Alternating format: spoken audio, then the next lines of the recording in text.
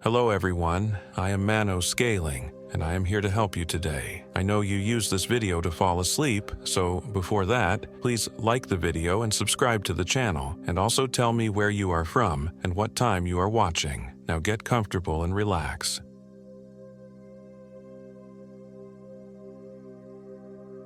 My name is Michael Williams, and I am 28 years old. This happened in the Pine Barrens of South New Jersey, deep in the Wharton State Forest, where the ancient cedar swamps stretch for miles and the silence can drive you mad. I should have listened to the locals in Hamilton when they warned us about camping near Batstow Village after dark.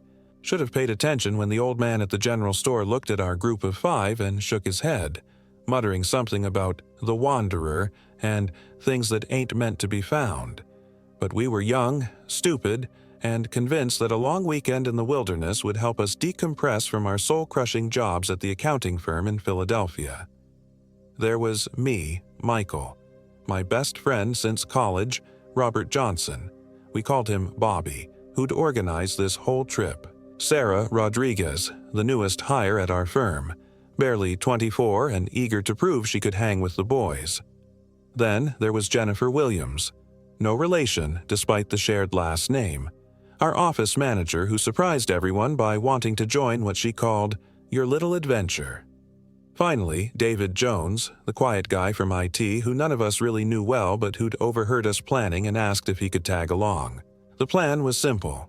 Hike deep into the Pine Barrens, set up camp near one of the old cranberry bogs, and spend 3 days completely disconnected from civilization. No phones, no internet, just us and nature. Bobby had researched a spot about 8 miles from the nearest road, accessible only by an old logging trail that had been abandoned for decades. We started our hike Friday afternoon, loaded down with enough supplies for 4 days. The October air was crisp, and the pine needles crunched satisfyingly under our boots as we followed Bobby's GPS deeper into the forest. The trail was barely visible in places, overgrown with wild blueberry bushes and thick patches of saw palmetto that scratched at our legs. "You sure you know where we're going?" Jennifer asked after we'd been walking for 2 hours. Sweat beaded on her forehead despite the cool air. Bobby held up his GPS device triumphantly. "Trust the technology. We're exactly on track." David had been unusually quiet, even for him. He kept stopping to examine trees, running his fingers over the bark with an intensity that made me uncomfortable. When I asked him about it, he just shrugged and said the pines looked different here. "Different how?" Sarah pressed. "Older, like they've been watching things." Sarah laughed, but it had a nervous edge. "Watching things? David, they're trees." The sun was beginning to set when we reached our destination. A small clearing beside an abandoned cranberry bog. The water was black as oil, perfectly still, reflecting the darkening sky like a mirror. Ancient cedar trees surrounded the bog, their twisted branches reaching toward each other across the water like gnarled fingers. "This is perfect," Bobby said, dropping his pack. "Completely isolated. We could scream our heads off and nobody would hear us." As soon as he said it, I felt a chill that had nothing to do with the temperature. The silence was absolute. No birds, no insects, not even wind through the trees. It was as if the forest was holding its breath. We set up our tents in a rough circle around a fire pit Bobby had dug. As darkness fell, the silence grew oppressive. Even our conversations seemed muffled, swallowed by the thick air. Sarah kept glancing over her shoulder at the bog, claiming she could feel something watching us from across the water. "It's just your imagination," Jennifer said, but she'd moved her sleeping bag closer to the fire. David hadn't spoken in over an hour. He sat at the edge of our circle, staring into the darkness beyond our flickering firelight. When I followed his gaze, I could have sworn I saw shapes moving between the trees. Tall, thin shadows that didn't match the cedar trunks. "David, you okay, man?" He turned to me, and for a moment his eyes looked different, distant, like he was seeing something the rest of us couldn't. "Do you hear that?" We all fell silent, straining to listen. Nothing. "Hear what?" Bobby asked. "The singing." A collective shiver ran through our group. None of us heard any singing, but David's expression was so certain, so serious that we couldn't dismiss it entirely. "Maybe we should try to get some sleep," Jennifer suggested. "Long day tomorrow." But sleep didn't come easily. I lay in my tent, listening to the absolute silence and feeling increasingly uneasy. Every few minutes I heard what sounded like footsteps circling our campsite. Slow, deliberate steps that always seemed to stop just when I focused on them. Around 2 a.m., I heard Sarah's tent zipper open. Through my tent wall, I could see her silhouette moving toward the bog. I unzipped my own tent quietly and whispered her name, but she didn't respond. She walked to the water's edge and stood there, perfectly still, for nearly 20 minutes. When she finally returned to her tent, I caught a glimpse of her face in the dying firelight. Her expression was blank, almost serene, but her eyes were wide open and unblinking. The next morning, Sarah claimed she didn't remember getting up at all. "I slept like a baby," she said, but dark circles under her eyes suggested otherwise. "Best sleep I've had in months." David had been up before dawn, collecting firewood. He'd gathered an enormous pile, enough for several days, but when Bobby asked him about it, David seemed confused, as if he couldn't remember collecting it at all. "Must have been sleepwalking," he said with a nervous laugh. The second day started normally enough. We hiked around the bog, explored some of the old cranberry equipment that was slowly being reclaimed by the forest, and tried to shake off the strange mood from the previous night. But as afternoon wore on, things began to feel wrong again. It started with Bobby's GPS. The device that had worked perfectly the day before began giving impossible readings, claiming we were simultaneously in 3 different locations, none of them matching our known position. His compass spun wildly, unable to find magnetic north. "Probably just interference from the iron in the bog water," he said, but his voice lacked conviction. Then Sarah found the photographs. She'd been taking pictures all morning with her digital camera, documenting our trip. When she scrolled through them during lunch, her face went pale. "Guys," she said, her voice barely above a whisper, "look at this." The photos showed our campsite, but in several of them there were extra figures, tall, impossibly thin silhouettes standing just beyond the circle of our tents. In one image, a shadow figure appeared to be leaning over Jennifer's tent. "It's just tricks of light and shadow," Jennifer said, but she was backing away from the camera. "Digital artifacts." "In multiple photos." Sarah's hands were shaking. "Look at this one." The final photo showed David collecting firewood that morning, but his shadow was wrong. Instead of mirroring his movements, the shadow was reaching toward the camera, its fingers impossibly long and grasping. David stared at the image for a long time. "That's not my shadow," he said finally. That's when we decided to pack up and leave. But the logging trail was gone. We spent hours searching for the path we'd taken into the forest, but it had simply vanished. Trees stood where we remembered open trail. Thick underbrush blocked routes that had been clear the day before. Even our own footprints from the previous day had disappeared. "This is impossible," Bobby kept saying, checking and rechecking his useless GPS. "Trails don't just disappear." But this one had. As the sun began to set on our second day, panic was setting in. We were lost in one of the largest wilderness areas on the East Coast, with no working navigation equipment and no way to call for help. Jennifer suggested we follow the bog's outlet stream, reasoning it would eventually lead to larger water and civilization. But when we looked for the stream, it was gone too. The bog simply ended in thick marsh grass that extended in all directions. "We're going in circles," Sarah said, and she was right. Despite walking for hours in what we thought was a straight line away from the bog, we kept ending up back at our campsite. David was getting worse. He'd stopped responding to questions, just stared at the trees with that same distant expression. When night fell, he stood up from our campfire and walked toward the forest. "David," I called after him, "where are you going?" He turned back to us, and in the firelight his face looked different. Gaunt. His eyes were sunken, and when he smiled, his teeth seemed too sharp. "I have to go now," he said in a voice that didn't quite sound like his own. "They're calling me." He disappeared into the darkness before any of us could stop him. We spent the night calling his name, searching the perimeter of our camp with flashlights, but David was gone.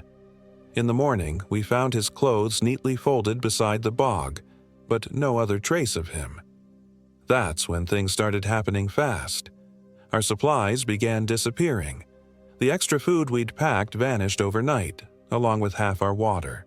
Jennifer's sleeping bag was found shredded to pieces, as if something with claws had torn it apart from the inside. Sarah's boots were discovered hanging from a tree branch 20 feet above the ground, though she swore she'd left them beside her tent. But the worst part was that we started hearing David. His voice would call to us from different directions, sometimes pleading for help, sometimes laughing, sometimes singing in a language none of us recognized. But when we followed the sound, we found nothing except trees that seemed to shift and rearrange themselves when we weren't looking directly at them. On the third night, Sarah disappeared. I woke to find her tent empty, the zipper opened from the inside. We searched everywhere, calling her name until our voices were hoarse. Bobby found her tracks leading to the bog, but they stopped at the water's edge, as if she'd simply walked into the black water and vanished. But an hour later, Sarah came back. She emerged from the tree line, walking calmly toward our camp as if nothing had happened. But something was wrong with her movement.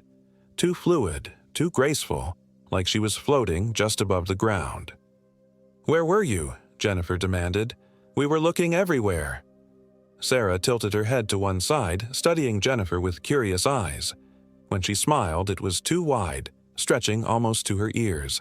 "I was learning," she said in a voice like wind through dead leaves.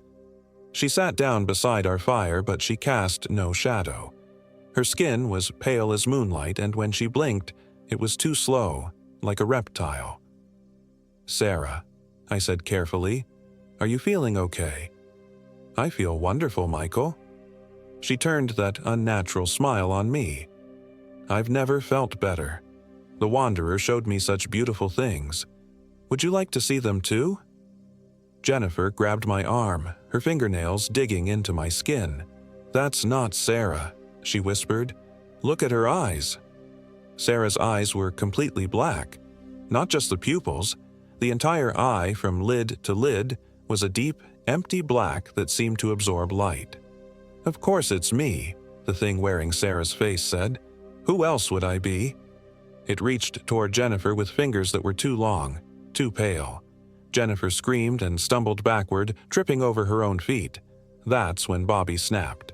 He grabbed a burning branch from the fire and swung it at the Sarah thing. The branch passed right through her body as if she were made of mist, and she laughed. A sound like breaking glass.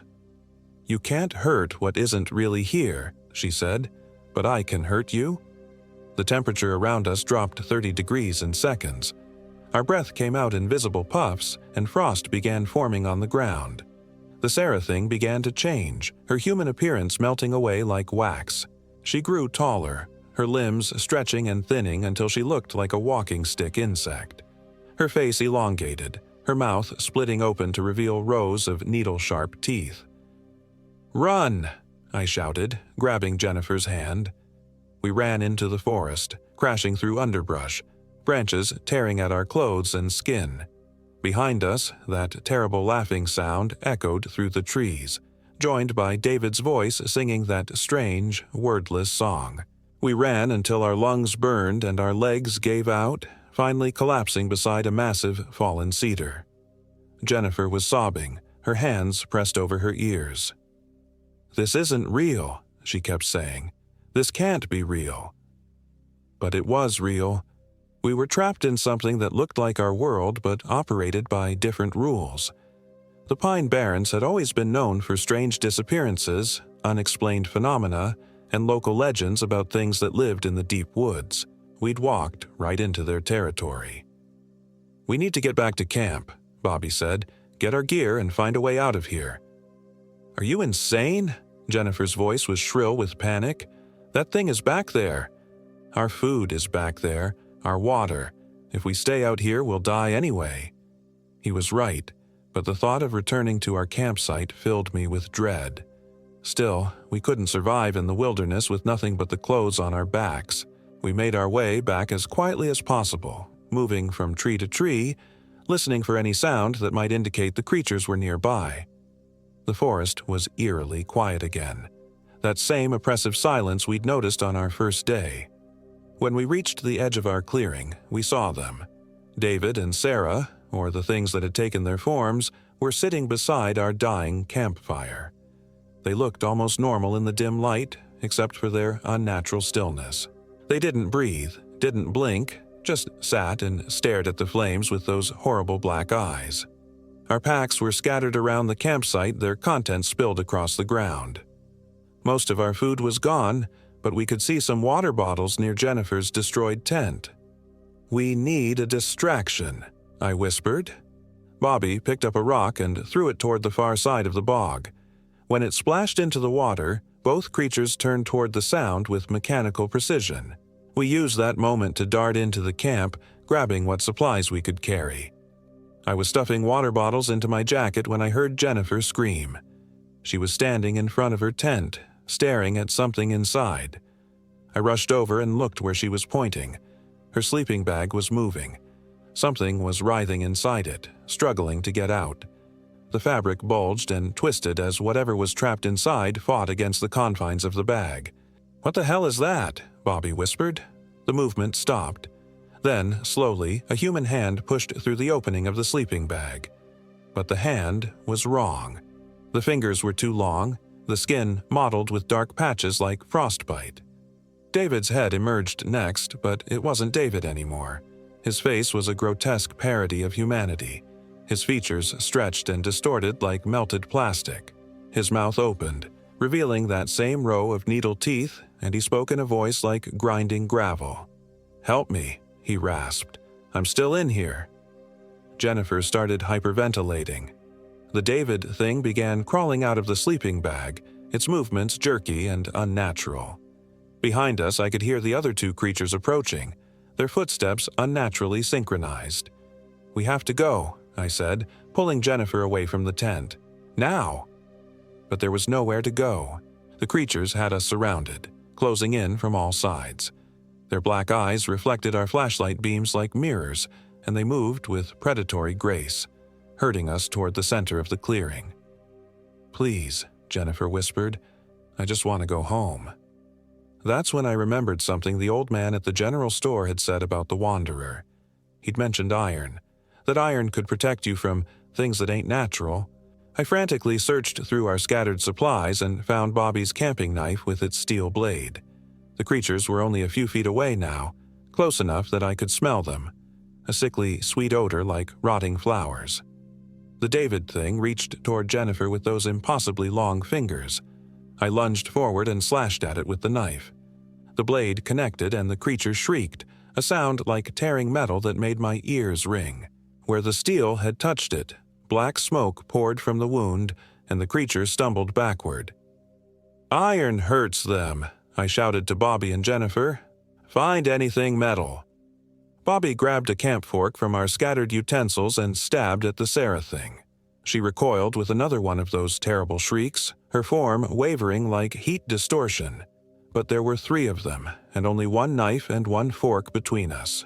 The creatures regrouped, circling us more cautiously now, but still advancing. I could see intelligence in those black eyes. Cold, alien intelligence that was deciding how best to take us apart.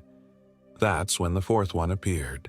It emerged from the bog like something rising from the depths of hell. Water streamed from its elongated form as it pulled itself onto the shore with arms that seemed to stretch forever. This one was different from the others. Older, more powerful. Where the David and Sarah things still retained some human characteristics, this creature was purely alien. It stood nearly 8 feet tall, its body a twisted amalgamation of human and something else entirely. Its skin was translucent, showing black veins beneath, and when it opened its mouth I could see all the way down its throat to something that glowed with sickly green light. The Wanderer. Jennifer breathed. The creature turned its attention to her, and when it spoke, its voice came from everywhere at once: the trees, the ground, the very air around us. "You have trespassed in my domain," it said. "Now you will join my collection." The temperature dropped even further. Ice began forming on the surface of the bog, and our breath came out in thick clouds. The wanderer raised one impossibly long arm, and I felt something cold and invasive probing at the edges of my mind. Images flashed through my consciousness. Other campers who had disappeared in these woods over the years. I saw them in their final moments, consumed by the creatures, their forms twisted and changed until they became new servants of the wanderer. Their minds trapped inside alien bodies, conscious but powerless to resist. "Fight it!" I yelled, slashing wildly with the knife at the mental intrusion. The steel blade seemed to disrupt whatever psychic connection the wanderer was trying to establish. Bobby grabbed Jennifer's hand and mine, forming a human chain. "Stay together. Don't let it separate us." The three lesser creatures attacked simultaneously. I managed to slash the David thing across what used to be its chest, sending it stumbling backward in a cloud of black smoke. Bobby caught the Sarah thing with his fork, but the third creature, I never did figure out what it had originally been, grabbed Jennifer's arm. Her scream cut through the night like a blade. Where the creature touched her, her skin began to blacken and change, spreading up her arm like some kind of infection. I drove the knife deep into the creature's torso, twisting the blade. It released Jennifer and collapsed, its form dissolving into black mist that dispersed on the wind. But the damage was done. The infection had spread to Jennifer's shoulder, and she was convulsing, her eyes rolling back in her head. "Jennifer!" Bobby dropped to his knees beside her, but there was nothing we could do. The blackness continued to spread, and I could see her fighting against whatever was happening to her body. "Kill me," she gasped, "before it takes me completely." I couldn't do it. I couldn't kill another human being, even to save her from something worse, but Bobby took the knife from my trembling hands. "I'm sorry," he whispered, and then it was over. Jennifer's body dissolved just like the creatures had, leaving only empty clothes and the lingering smell of rotting flowers. The wanderer let out a sound of rage that shook the trees and sent ripples across the bog. It lunged toward us with inhuman speed, but Bobby and I were already moving. We ran into the forest, branches whipping at our faces, roots catching our feet. Behind us, the creature's roar echoed through the night, joined by the voices of its servants calling our names. But we kept running, driven by pure terror and the desperate hope that we might somehow escape this nightmare. We ran until dawn, when the first pale light began filtering through the canopy. As the sun rose, the voices behind us faded, and the oppressive feeling of being watched gradually lifted. "I think we're out of its territory," Bobby said, collapsing against a tree. We were both exhausted, cut up from our flight through the underbrush, but alive.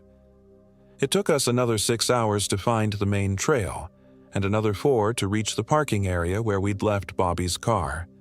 The entire time, I kept expecting to hear those voices calling us back, but the forest remained silent. We drove straight to the police station in Hamilton, but our story was met with skepticism.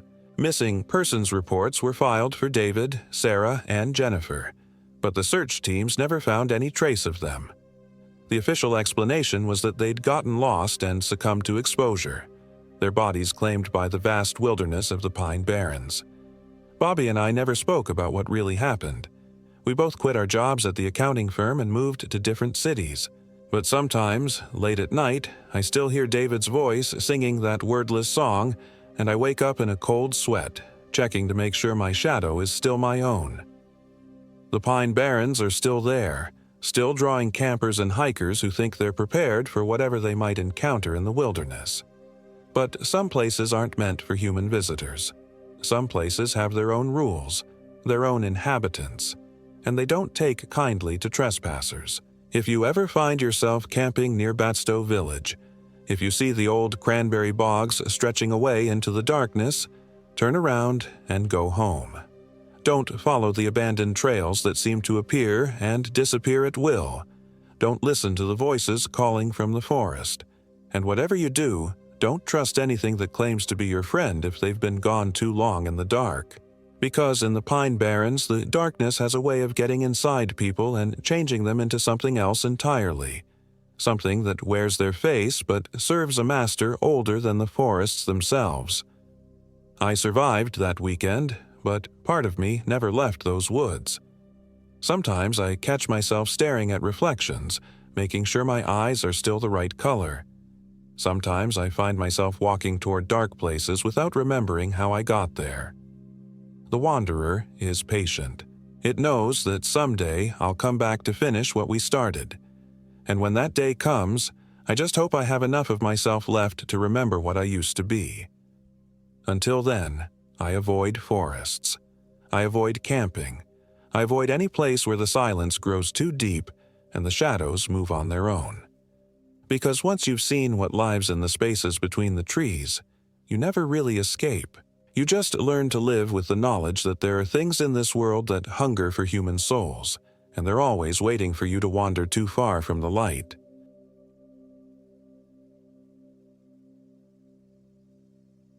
My name is Michael Williams, and I am 32 years old. This happened in the Pine Barrens of South Jersey, near the abandoned village of Ong's Hat, during what was supposed to be a romantic weekend getaway to save my relationship with Sarah. I should have known something was wrong when my GPS started glitching 20 miles before we reached our campsite. The screen flickered between conflicting routes, showing roads that shouldn't exist and missing others I could see with my own eyes. Sarah laughed it off, said it was just the notorious cell service in the Pine Barrens, but her laugh sounded forced, brittle. We'd been walking on eggshells around each other for months, ever since her miscarriage, and this trip was supposed to fix things between us.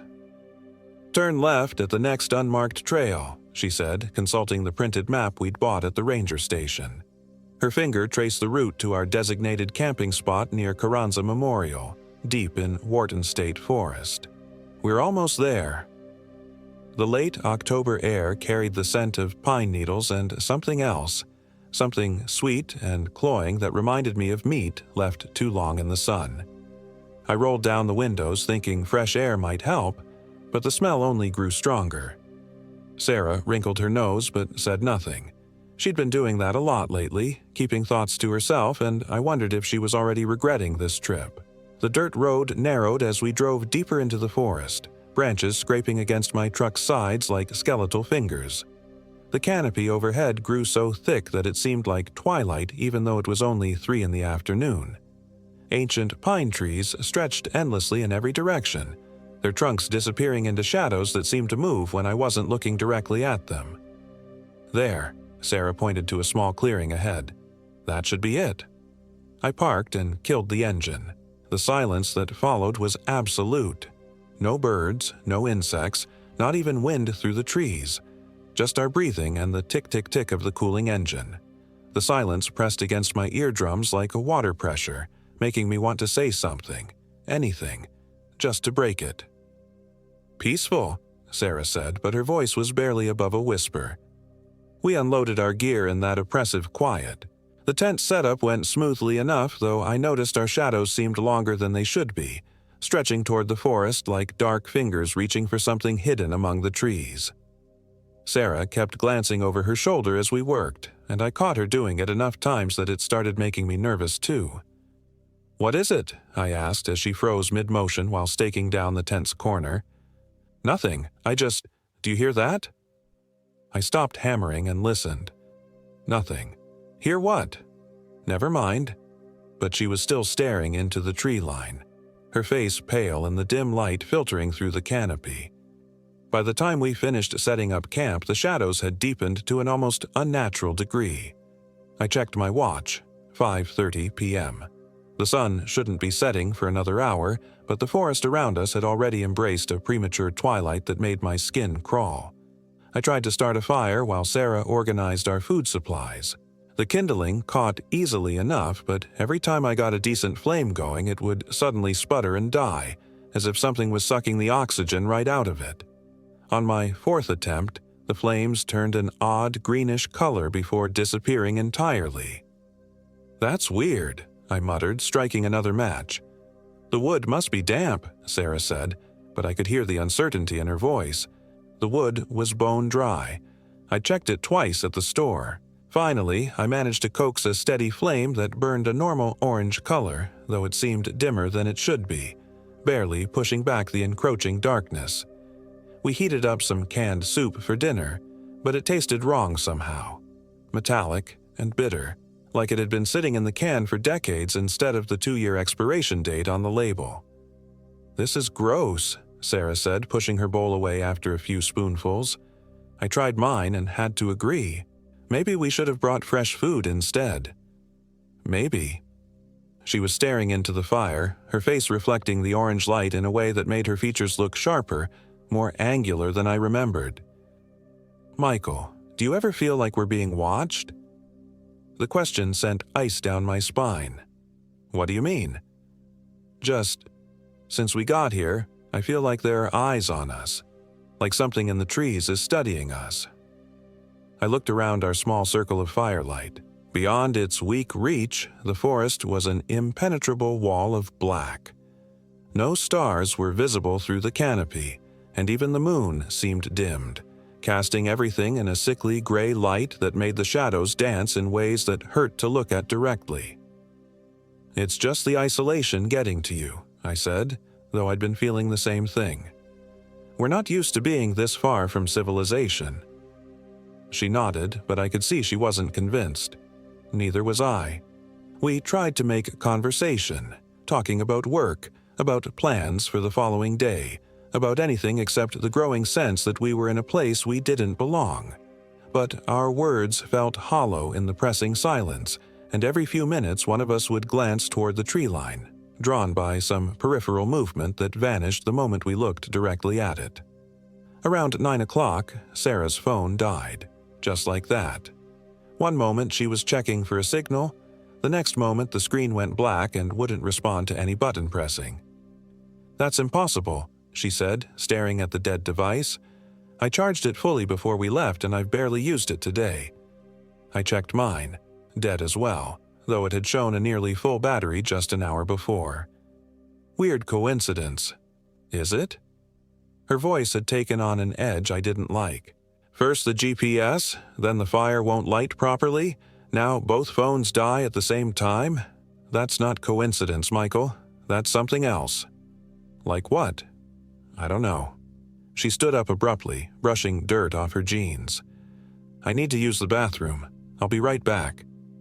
"Don't go far," I called as she grabbed her flashlight and headed toward the edge of our campsite. "Stay where I can see the light." "I will." But she didn't. Within minutes, her flashlight beam had disappeared completely into the forest, leaving me alone by our dying fire. I added more wood, but the flames remained stubbornly low, barely illuminating a 10-foot circle around our camp. I waited. 5 minutes turned to 10, then 15. I called her name, but my voice seemed to be swallowed by the trees, producing no echo, no response. The silence that followed was so complete it made my ears ring. 20 minutes passed. Then 30. I was starting to panic. "Sarah!" I shouted, standing up so quickly I knocked over my camp chair. "Sarah, where are you?" Nothing. I grabbed my own flashlight and headed in the direction she'd gone, following what looked like a faint trail through the underbrush. The beam seemed weaker than it should be, as if the darkness was actively fighting against the light, and I had to hold it close to see anything clearly. The forest was a maze of identical pine trees and shadow. Every direction looked the same, and within minutes I'd lost track of which way led back to camp. I called her name again and again, but the only response was the oppressive silence that seemed to press against me from all sides. Then I heard it. A sound like someone walking through dry leaves coming from somewhere ahead of me and to the right.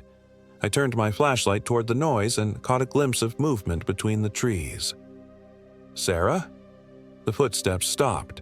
I waited, barely breathing, but heard nothing else. I moved toward where I'd seen the movement, pushing through scratchy pine branches that seemed to grab at my clothes and skin. I found her 20 minutes later, standing perfectly still in a small clearing I didn't remember seeing before. Her back was to me, and she was staring up at something in the canopy above, though my flashlight couldn't penetrate the darkness enough to see what had captured her attention. Sarah! Thank God, I was getting worried. I walked toward her, relief flooding through me. What are you doing out here? She didn't respond, didn't even acknowledge that I'd spoken. Sarah? I reached out and touched her shoulder. She turned around slowly, too slowly, like a marionette being manipulated by invisible strings.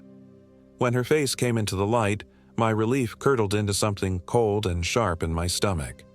It was Sarah, but it wasn't. Her features were the same brown eyes, the same slightly crooked nose she'd broken in high school, the same small scar on her chin from a childhood accident. But there was something fundamentally wrong with the way they were arranged, as if someone had taken a photograph of her face and moved everything just slightly out of alignment. "Hi, Michael." Her voice was Sarah's voice, but it was missing something essential. Warmth, inflection, life. The words came out flat and emotionless, like a recording played through a damaged speaker. "Are you okay? You've been gone for almost an hour?" "Have I?" She tilted her head at an unnatural angle, studying me with those familiar yet alien eyes. "Time moves differently here." "What do you mean? Sarah, you're scaring me." "Am I?" That same empty voice, that same mechanical head tilt. How strange. I don't feel scary.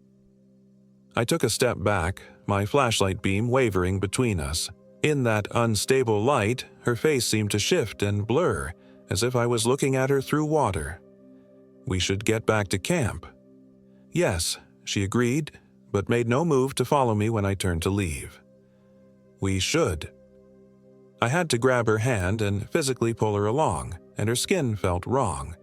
Too cold, too dry, like touching leather left out in winter. She followed without resistance, but her movements were jerky and uncoordinated, as if she'd forgotten how to walk properly. The trip back to camp should have taken 10 minutes. It took nearly an hour, even though I was sure we were going in the right direction.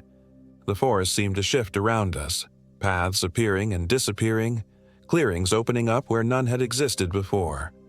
My flashlight kept dimming and brightening at random intervals, and twice it went out completely, leaving us in absolute darkness that was so thick I couldn't see Sarah even when she was standing right next to me. When we finally reached our campsite, the fire had died down to nothing but cold ashes, though I could have sworn I'd left it burning strong. Our tent was still there, but our food supplies were scattered around the site as if some animal had gotten into them. Cans were split open, their contents spilled and rotting, covered in what looked like maggots, though they'd been sealed and fresh just hours before. What the hell happened here? I knelt down to examine the mess, but the smell was so overpowering I had to cover my nose with my shirt. How did everything rot so fast? "I'm tired," Sarah said, ignoring my question entirely. "I want to sleep now." I looked up at her. She was standing motionless by the tent entrance, staring at nothing with those flat, empty eyes. "Sarah, something's wrong here. Look at our food. Look at the fire. We need to figure out what's happening." "I'm tired," she repeated in exactly the same tone, exactly the same inflection. "I want to sleep now." A chill ran down my spine that had nothing to do with the October air. "Sarah, are you feeling okay? Did something happen to you out there?" For the first time since I'd found her in the clearing, something like emotion flickered across her face. But it wasn't an emotion I recognized. It was something hungry and predatory and completely alien to the woman I'd been dating for 3 years. "I'm fine," she said, and smiled. The smile was wrong in every possible way. Too wide, lasting too long, showing too many teeth. "Everything is perfectly normal." She unzipped the tent and crawled inside without another word. I stood there in the darkness, surrounded by the stench of rotting food and the oppressive weight of the forest's silence, trying to process what I'd just witnessed. The rational part of my mind insisted that Sarah was just tired, maybe dehydrated or affected by some kind of altitude sickness. People acted strangely when they were stressed or unwell. This whole trip had been emotionally charged from the beginning. Maybe she was having some kind of breakdown related to everything we'd been through. But the primitive part of my brain, the part that had kept humans alive for millennia, was screaming that the woman in my tent was not Sarah Rodriguez. Something had happened to her out there in the forest, something that had left her body intact but hollowed out everything that made her human. I spent another hour cleaning up the scattered food and trying to relight the fire, but nothing would catch. The matches would strike and flare, but the moment I touched them to kindling, they'd go out as if snuffed by an invisible hand. Finally, I gave up and crawled into the tent beside Sarah. She was lying on her back, staring at the tent ceiling with those flat, unblinking eyes. She didn't acknowledge my presence, didn't move when I accidentally bumped her while getting into my sleeping bag. Her breathing was too shallow, too regular, like someone consciously controlling each inhale and exhale.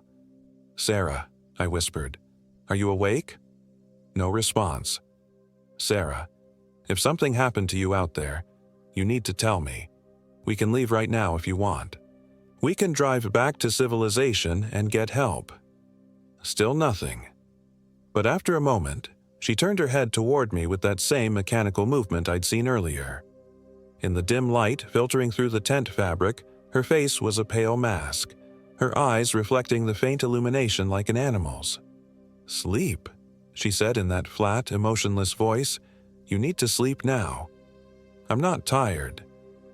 "Sleep," she repeated, and somehow there was a weight behind the word, a compulsion that made my eyelids feel suddenly heavy. "Sleep, Michael." I tried to fight it, but exhaustion crashed over me like a wave. My last coherent thought before consciousness slipped away was wondering how she knew to use that tone, that particular inflection that seemed to bypass my conscious mind and speak directly to something deeper. I dreamed of running through endless forests while something with Sarah's face but empty white eyes chased me through the trees. In the dream, she moved too fast, her limbs bending in ways that violated basic anatomy, and when she caught me, and she always caught me, she would lean down and whisper in a voice like grinding glass, "Time to come home now, Michael." I woke to the sound of fabric tearing. Pale morning light was filtering through the tent walls, and I could hear the distinct sound of our tent being ripped open from the outside. But when I sat up and looked around, Sarah was still lying beside me, apparently asleep, and the tent was intact. Then I heard it again, a long, deliberate tearing sound like someone dragging a knife through canvas. But this time, I realized it was coming from inside the tent. I looked down and saw that my sleeping bag had been unzipped and partially shredded, the synthetic filling spilling out onto the tent floor. Long cuts ran through the fabric in parallel lines, as if something with claws had methodically destroyed it while I slept. What the fuck? I scrambled out of the ruined sleeping bag and examined the damage.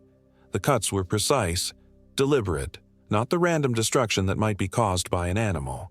And they were fresh. Some of the threads were still unraveling as I watched. I looked over at Sarah. She was awake now, staring at me with those empty eyes, and there was something dark under her fingernails that might have been fabric. Or blood. "Did you do this?" I asked, though I wasn't sure I wanted to hear the answer. "Do what?" She sat up slowly, mechanically, and looked around the tent as if seeing it for the first time. "Oh, how strange. How strange. Sarah, someone tore up my sleeping bag while I was in it. We need to get out of here right now." "Do we?" That same head tilt, that same alien curiosity. "Why?" "Because something's wrong here. Something's wrong with you." The words came out harsher than I'd intended, but I was past caring about her feelings. "You've been acting like a different person since last night." "Have I?" She smiled that too wide smile again. "How would you know what person I am, Michael? How well do you really know me?" The question hit me like a physical blow. It was something the real Sarah might have said during one of our fights, but the way she said it, with that flat affect and predatory smile, made it sound like a threat. "I know you well enough to know that you don't act like this. You don't talk like this, And you sure as hell don't destroy our camping gear for fun. Don't I? She reached out with one hand and dragged her fingernails across the tent wall, leaving 4 parallel tears in the fabric. The sound made my teeth ache. Maybe you don't know me as well as you think. I was out of the tent and scrambling for my truck keys before she finished speaking. Whatever was happening here, whatever had happened to Sarah or was pretending to be Sarah, I wasn't sticking around to find out more. But when I reached my truck, the tires were flat. All 4 of them, slashed open with the same precision that had destroyed my sleeping bag. Deep cuts ran through the sidewalls and something thick and dark had leaked out along with the air. Something that wasn't rubber or synthetic material. I knelt down and touched the substance. It was warm and sticky and it smelled like copper pennies and rotting meat. When I pulled my hand away, my fingers came away red. Going somewhere? Sarah's voice came from directly behind me, though I hadn't heard her approach. When I spun around, she was standing less than a foot away, close enough that I could see the dark stains under her fingernails and smell something sweet and cloying on her breath. What did you do to my truck? I didn't do anything to your truck. She took a step closer and I instinctively backed away. Why would you think that? Because someone slashed my tires and you're the only other person here. Am I? She looked around the campsite with exaggerated confusion. Are you sure about that? I followed her gaze and felt my blood turn to ice. Our tent was gone. Not just moved or collapsed, completely gone, as if it had never existed. The fire pit where we'd tried to cook dinner was filled with what looked like fresh earth, and our scattered food supplies had vanished without a trace. This isn't possible, I whispered. Isn't it? Sarah tilted her head again, studying my face with scientific curiosity. What's possible, Michael? What's real? How do you know the difference? I stumbled backward, my mind reeling. The campsite looked completely different in daylight, smaller, more overgrown, as if no one had used it in years. The trees seemed closer than they had the night before, their branches reaching out over the clearing like gnarled fingers trying to grasp something just out of reach. This is a dream, I said, more to myself than to her. I'm still asleep. This is all just a nightmare. Is it? She took another step forward, and now I could see that her eyes weren't brown anymore. They were black, completely black, like looking into deep water at night. Does it feel like a dream? She reached out and touched my face with one cold finger, dragging it down my cheek with enough pressure to leave a burning trail. When I looked down at my hand, there was blood on my fingers from where her nail had cut the skin. Dreams don't bleed, she said softly. Dreams don't hurt. This is real, Michael. I'm real, and you're not going anywhere. I ran. I didn't think about it, didn't plan it, just turned and sprinted into the forest as fast as my legs could carry me. Behind me, I heard Sarah laugh, a sound like breaking glass that seemed to echo from every direction at once. The forest was different in daylight, but not in any way that made sense. The trees were the same species of pine, but they seemed older, more twisted, their bark scarred with strange symbols that might have been carved by human hands or might have been natural growth patterns. The path I'd taken to find Sarah the night before was gone, replaced by thick underbrush that tore at my clothes and skin as I pushed through it. I ran until my lungs burned and my legs felt like jelly, but when I stopped and looked around, I had no idea where I was or which direction led back to the campsite. The forest stretched endlessly in every direction, identical pine trees marching off into shadows that seemed to move independently of the wind. Michael! Sarah's voice drifted through the trees, though I couldn't tell which direction it was coming from. Where are you going? I started running again, crashing through branches and stumbling over roots that seemed to reach up and grab at my ankles. The voice followed me, sometimes sounding close enough that she might be just behind the next tree, sometimes so distant it might have been my imagination. You can't run from me, she called out, and now there was amusement in that flat voice. I'm part of you now. I'm in your head, in your memories. Every time you think of her, you'll see my face instead. I tripped over a fallen log and went down hard, skinning my palms on the rough bark and pine needles. When I looked up, Sarah was standing 10 feet away, perfectly clean and unruffled despite having somehow followed me through the same obstacle course that had left me torn and bleeding. "How did you get here so fast?" I gasped, struggling to my feet. "I've been here the whole time." She smiled that horrible smile. "I've been waiting for you." "You're not Sarah. Sarah would never act like this, never say things like this. What are you?" "I'm exactly what you made me." She took a step closer, and I saw that her feet weren't touching the ground. She was floating an inch or two above the forest floor, moving with that same mechanical precision I'd noticed before. "I'm everything you feared she might become, everything you were afraid to admit about her, about yourself. That's not true, isn't it?" Another step closer. "You never trusted her, not really. You always wondered if she blamed you for the miscarriage, if she resented you for not being there when it happened, if she was staying with you out of pity rather than love." The words hit me like physical blows, mainly because they were true. I had wondered those things late at night when I couldn't sleep, during our long silences when we sat on opposite ends of the couch pretending to watch television. "Those were just thoughts," I said weakly. "Everyone has doubts sometimes." "Doubts?" She laughed that glassy laugh again. "You've been planning to leave her for months. You brought her here to break up with her, didn't you? To get her away from familiar surroundings where she might make a scene." "No, that's not. You brought her here to dump her, and instead you found something else. Something better. Something that understands what you really want." She was close enough now that I could see my own reflection in her black eyes, distorted and twisted like a funhouse mirror. "What do you want from me?" "Nothing you weren't already going to give."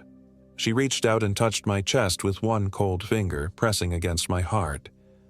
"I want your guilt, your fear, your self-loathing, all those delicious emotions you've been feeding me since you started doubting whether you loved her." "I do love her. Do you?" She pressed harder, and I felt something sharp pierce through my shirt and into my skin. "Then why are you so relieved that she's gone? Why does part of you feel free for the first time in months?" I wanted to deny it, but the words wouldn't come. Because she was right. Underneath the terror and confusion, there was a tiny voice in my head whispering that this solved all my problems. I wouldn't have to hurt Sarah by breaking up with her. I wouldn't have to see the disappointment in her parents' eyes or deal with the awkward division of our shared possessions. The decision had been taken out of my hands. "There it is," Sarah whispered, and her finger pushed deeper into my chest. "There's the truth you didn't want to admit." Pain lanced through me, sharp and hot, and I looked down to see blood spreading across my shirt. But when I looked back up, Sarah was gone. I was alone in the forest, bleeding from a wound I couldn't explain, with no idea which direction led to safety. The sun was starting to set again, though it felt like I'd been running for only a few minutes, and the shadows between the trees were growing longer and darker. I stumbled through the forest as night fell around me, following what might have been a path or might have been nothing more than gaps between the trees. My chest throbbed where Sarah had touched me, and every few minutes I thought I heard her voice calling my name from somewhere in the darkness. Eventually, I saw a light ahead, the orange glow of a campfire filtering through the trees. I pushed toward it desperately, hoping it might be other campers, someone who could help me or at least verify that I wasn't completely losing my mind. But when I stumbled into the clearing, I found my own campsite exactly as it had been the night before. The tent was back, perfectly erected, and a healthy fire crackled in the pit. Our food supplies were neatly arranged on the picnic table, fresh and unspoiled, and my truck sat nearby with fully inflated tires. Sarah was sitting by the fire, poking at the flames with a stick. She looked up when I entered the clearing, and for a moment, just a moment, her eyes were brown again, warm and familiar. "Michael, where have you been? I've been worried sick." She stood up and hurried toward me, and her movements were natural, human, full of the little imperfections that made her Sarah. "You're bleeding. What happened?" "You happened," I said, backing away from her. "You're not real. None of this is real." What are you talking about?" She reached for me, and I saw that her fingernails were clean, no dark stains or traces of fabric. "Michael, you're scaring me. Did you hit your head? You've been gone for hours." I wanted to believe her. God, how I wanted to believe that this was all some kind of psychological break, that I'd wandered off and gotten lost and imagined everything else. But I could still feel the wound in my chest, still taste the copper of my own blood. "Prove you're real," I said. "Tell me something only Sarah would know." "Michael, this is crazy. Tell me." She flinched at my tone, and for just a second her face flickered like a bad television signal. When it stabilized, her eyes were black again, and that predatory smile was creeping across her features. "You want proof?" she asked in that flat, empty voice. "Here's your proof." She opened her mouth wider than any human mouth should open, and I saw rows of teeth stretching back into darkness. When she spoke again, her voice came from everywhere at once, echoing off the trees and seeming to vibrate through the ground itself. "I know you brought the ring," she said, and my blood turned to ice. "I know you've been carrying it for 2 weeks, trying to work up the courage to propose, but you couldn't do it, could you? Because you don't really love her. You love the idea of her, the version of her you created in your head. But the real Sarah? The one who cries in the shower when she thinks you can't hear? The one who still blames herself for losing the baby? The one who's already starting to realize you're pulling away? You can barely stand to look at her." She was right. The ring was in my backpack, a simple solitaire I'd bought on impulse 3 weeks ago and had been carrying around ever since, unable to either propose or return it. And she was right about the rest of it, too. I did love an idealized version of Sarah, the woman I thought she could be, rather than the woman she actually was. "You're sick," I whispered. "Whatever you are, you're feeding on this, on my guilt." "I'm feeding on truth," she corrected, "on all the ugly little thoughts you keep buried where no one can see them. And there's so much buried inside you, Michael, so much rot." She started walking toward me, and with each step, she changed. Her face elongated, her limbs stretched, her fingers extended into claws. But her eyes remained Sarah's eyes, brown and familiar and full of hurt. "Is this what you see when you look at her?" the thing wearing Sarah's face asked. "Is this what she becomes in your mind when she's sad, when she's needy, when she's anything less than perfect? Stop it." "You brought me here," she continued, her voice becoming less human with each word. "Your doubt, your resentment, your guilt, it called to something that was already waiting in these woods, something old and hungry that feeds on failed relationships and broken promises." She was close enough now that I could smell the decay on her breath, could see that her teeth were stained with something dark. "I'm going to wear her face for a very long time, Michael. Every time you think of her, every time you try to remember what she looked like when she smiled, you'll see this instead." I fumbled in my pocket for my truck keys, but my hands were shaking so badly I could barely grasp them. "You're not real. You're just in my head. Does it matter?" She reached out with one elongated finger and traced the wound on my chest, sending fresh waves of pain through my body. "Real or not, I'm here now, and I'm not going anywhere." I ran for my truck, keys clutched in my bleeding hand. Behind me, I heard Sarah laugh, but this time it was genuinely amused rather than threatening. "Go ahead," she called. "Run back to your safe little life. But remember, I know where you live, I know where you work, and I know exactly what you're afraid of." I made it to the truck and fumbled with the keys, my hands shaking so badly it took 3 tries to get the right one in the ignition. The engine turned over on the first try and I gunned it out of the campsite without looking back. The dirt road seemed longer than it had on the way in, full of twists and turns I didn't remember, but eventually I reached the main highway.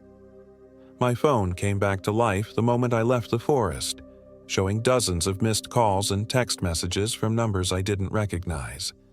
I drove straight to the nearest police station and tried to report Sarah missing, but I couldn't make any of it sound coherent. How do you tell someone that your girlfriend disappeared in the woods and was replaced by something that knew your deepest fears? How do you explain that she might still be out there, or might never have been there at all.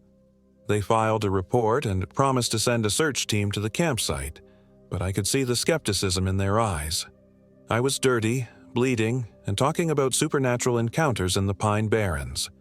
To them, I probably looked like someone who'd had a psychotic break. Maybe I had. It's been 3 months since that night, and they never found any trace of Sarah Rodriguez. Her car was still in my driveway when I got home, her clothes still in our shared closet, her toothbrush still by the bathroom sink. According to everyone who knew her, she'd never gone camping with me at all. I had supposedly left for a solo trip to clear my head after our latest fight. But I remember her being there. I remember her laugh, her complaints about the canned soup, the way she looked at me across the campfire. I remember the real Sarah, the one I loved despite my doubts, despite my fears, despite my own inadequacies. The thing is, I also remember the other Sarah now, the one with black eyes and too many teeth, the one who knew exactly how to cut me where it would hurt the most. And sometimes, late at night when I'm lying alone in bed, I can't tell which memory is real.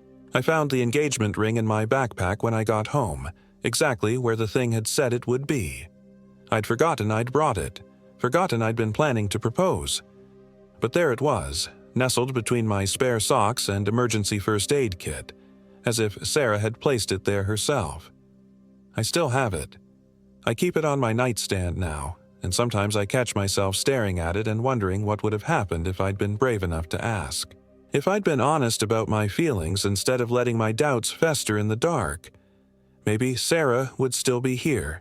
Maybe the thing in the woods would never have found anything to feed on. Or maybe that's exactly what it wants me to think. Because sometimes, when I'm walking through the city or sitting in traffic or just going about my normal life, I catch a glimpse of a familiar figure in my peripheral vision. Brown hair, slight build, that particular way of holding her shoulders when she's nervous. But when I turn to look directly, there's no one there. Just empty sidewalks and strangers who look nothing like her. And sometimes, late at night, I hear someone calling my name from outside my apartment. A voice that might be Sarah's, or might belong to something that learned to mimic her perfectly. It always sounds like it's coming from just far enough away that I'd have to leave the safety of my home to investigate. I never answer. I never look out the window, because I know that if I do, I'll see something with Sarah's face and empty black eyes, smiling that too wide smile and asking if I want to come out and play. The thing was right about one thing. I can't run from it, because it's not really outside my apartment at all. It's in my head, in my memories, in every moment of doubt and self-loathing I've ever experienced. It's the voice that whispers that I'm not good enough, that I don't deserve love, that everyone I care about will eventually see through my facade and leave. I brought it home with me from the Pine Barrens, and now it lives here, feeding on my guilt and growing stronger with each passing day. Sometimes I think about going back to that campsite, about trying to find Sarah or the thing that took her place. But I know that if I do, I'll never come back. Because the truth is, I'm not sure I want to. There's a part of me, the same part that felt relieved when Sarah disappeared, that would rather face the monster I've created than admit I was never brave enough to love her the way she deserved. So I stay here, in my safe little apartment, with my memories and my guilt and the engagement ring I'll never give to anyone. And sometimes when the loneliness gets too bad, I almost convince myself to open the door when I hear that familiar voice calling my name. Almost. But not tonight.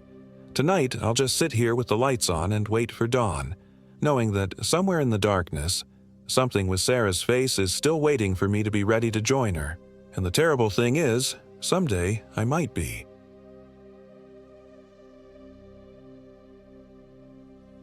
My name is Brian Wright, and I am 24 years old.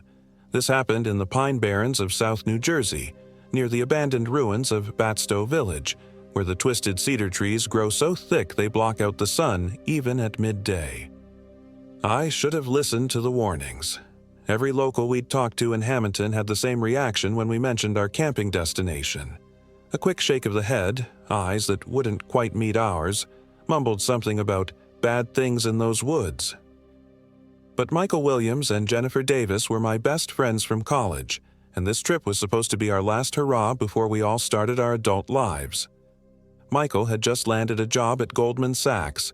Jennifer was starting medical school in the fall, and I was still figuring things out, working at a dead-end retail job and living with my parents. "Come on, Brian," Michael had said, spreading the topographical map across his kitchen table 3 weeks earlier. "When are we going to get another chance like this? Just the three of us. No responsibilities, no schedules, pure freedom." Jennifer traced her finger along the marked trail we'd planned.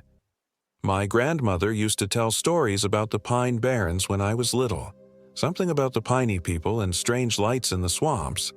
It'll be like stepping into a real-life ghost story." I should have paid more attention to those stories. We set out on a Thursday morning in late October, when the autumn air carried that sharp bite that promised winter wasn't far behind. Michael drove his father's Range Rover, loaded down with enough gear for a week-long expedition, even though we were only planning 4 days. Jennifer sat in the passenger seat, her auburn hair catching the morning light as she read aloud from a guidebook about the Pine Barrens ecology. "Did you know this area has its own unique species of tree frog?" she said, her voice bright with excitement. "And the soil here is so acidic that it naturally preserves organic matter. They found artifacts hundreds of years old in perfect condition." "Yeah, and they've also found bodies," Michael added with a grin, catching my eye in the rearview mirror. "Remember that story about the hiker who went missing last year? They found him 3 months later, perfectly preserved, but he made a slashing motion across his throat." "That's not funny," Jennifer said, but she was smiling too. We were all young enough to find death romantic rather than terrifying, abstract rather than real. The deeper we drove into the Pine Barrens, the more the landscape seemed to close in around us. The scrub pine and oak gave way to towering Atlantic white cedars that created a canopy so dense it felt like driving through a green tunnel. The radio gradually faded to static, then silence. Even the GPS on Michael's phone started acting up, recalculating our route every few minutes with increasingly nonsensical directions. "Technology," Michael muttered, tossing his phone onto the dashboard. "Good thing I brought the paper maps." We parked at the end of a fire road about 2 miles east of Batstow Village, where the Mullica River curved through a series of small lakes and cedar swamps.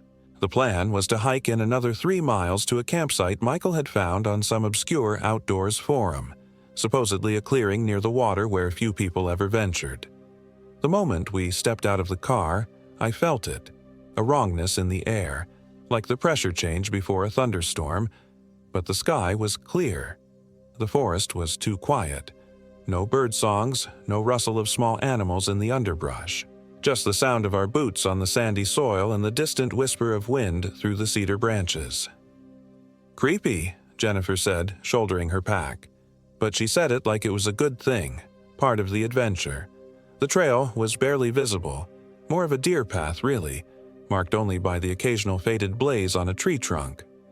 Michael led the way, consulting his compass every few hundred yards. I brought up the rear, and more than once I had the distinct feeling that something was following us, matching our pace exactly so that when I stopped to listen, it stopped too. The further we hiked, the stranger the landscape became. We passed sections where all the trees grew in perfect spirals, their trunks twisted like corkscrews. In one clearing, we found a ring of standing stones that looked ancient but probably weren't. The Pine Barrens were full of old ironworks and glass factories, and these could have been remnants from any number of industrial operations. But they felt wrong, somehow. Arranged too deliberately, covered in symbols that could have been natural erosion or something else entirely. "This place is giving me the creeps," I said as we stopped for water near the stone circle. "Good creeps or bad creeps?" Jennifer asked, running her hand over one of the carved symbols. "I don't think there's a difference." Michael was studying his map, frowning. "According to this, we should have reached the river by now, but I don't hear any water." We hiked for another hour before we finally heard the sound of flowing water. The campsite, when we found it, was perfect. A cleared area about 30 feet from the riverbank, surrounded by towering cedars that formed natural windbreaks. Someone had even built a fire ring from river stones, though it looked like it hadn't been used in years. "See?" Michael said as we dropped our packs. "Told you this would be worth it." We set up camp as the sun began to sink toward the treetops. The routine was familiar and comforting. Jennifer organized the food while Michael and I pitched the tents. By the time full darkness fell, we had a cheerful fire crackling in the stone ring and were sharing a bottle of wine Michael had smuggled in his pack. "To friendship," Jennifer said, raising her plastic cup. "To adventure," Michael added. "To not getting eaten by bears," I finished, and we all laughed. But as the night wore on, the laughter came less easily. The darkness beyond our fire seemed thicker here, more absolute than any darkness I'd ever experienced. When I shined my flashlight into the trees, the beam seemed to be absorbed after only a few feet, as if the forest was swallowing the light. And there were sounds. Not the normal sounds of a forest at night, no owl calls or rustling of nocturnal animals. Instead, there were things that almost sounded like voices, distant and wordless, rising and falling like some kind of chant. When I mentioned it to the others, they said they couldn't hear anything. "You're just psyching yourself out," Michael said. "It's your first time camping somewhere this remote. Your brain is trying to make patterns out of random noise." But Jennifer looked thoughtful. "Actually, I do hear something. Like singing, but really far away." Michael listened for a moment, then shook his head. "I think you're both letting your imaginations run wild. It's probably just wind through the trees." We turned in around midnight. My tent was between the other two, about 10 feet from the dying fire. I lay in my sleeping bag listening to the strange, not quite voices in the darkness, fighting the urge to zip my sleeping bag over my head like a child hiding from monsters. I must have eventually fallen asleep because I woke to the sound of someone unzipping a tent. I checked my watch, 3:17 a.m. I heard footsteps moving around the campsite, then the soft sound of someone relieving themselves against a tree. Normal camping sounds. I relaxed and started to drift off again. That's when I heard the whistling. It was a simple tune, something that sounded vaguely familiar but wrong somehow. The notes were too pure, too perfect, like a computer trying to approximate human music. And it was coming from the direction of Michael's tent. I lay still, listening. The whistling continued for maybe 2 minutes, then stopped abruptly. I heard the tent zipper again, then silence.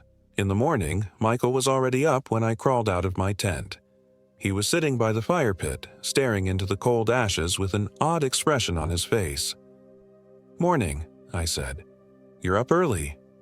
He looked at me with eyes that seemed somehow different, paler than I remembered, or maybe just tired. "Couldn't sleep. Strange dreams."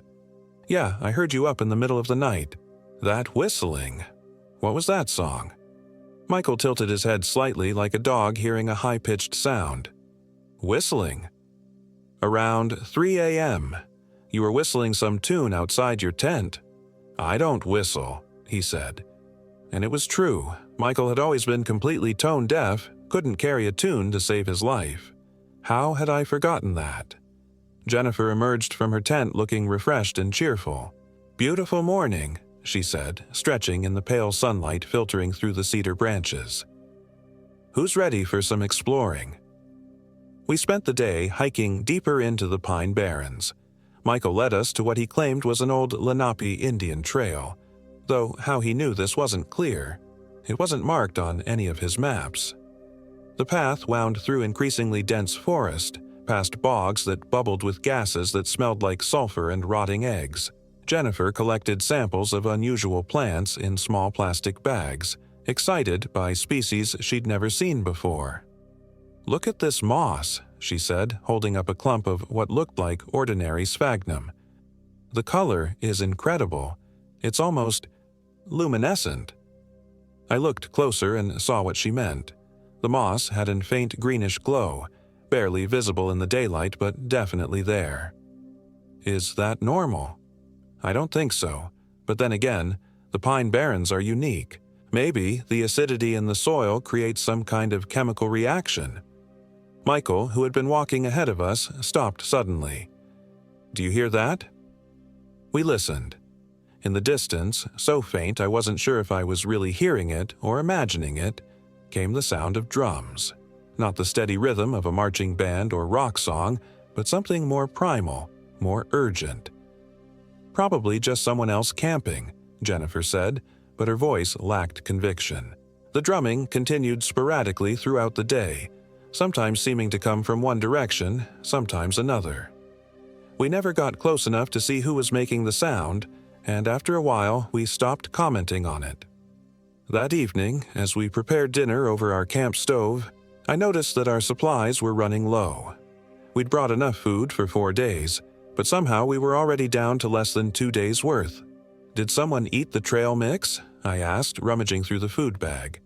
"I had a little bit this morning," Jennifer said, "but there was almost a full bag left." Michael shrugged. Maybe a raccoon got into it. But there were no signs of animal intrusion. The food bag had been properly sealed and hung from a tree branch. And it wasn't just the trail mix. The beef jerky was gone too, along with most of our energy bars. "We should probably think about heading back tomorrow," I said. "If we're going through food this fast—" "One more day," Michael said. His voice had a strange quality to it, almost pleading.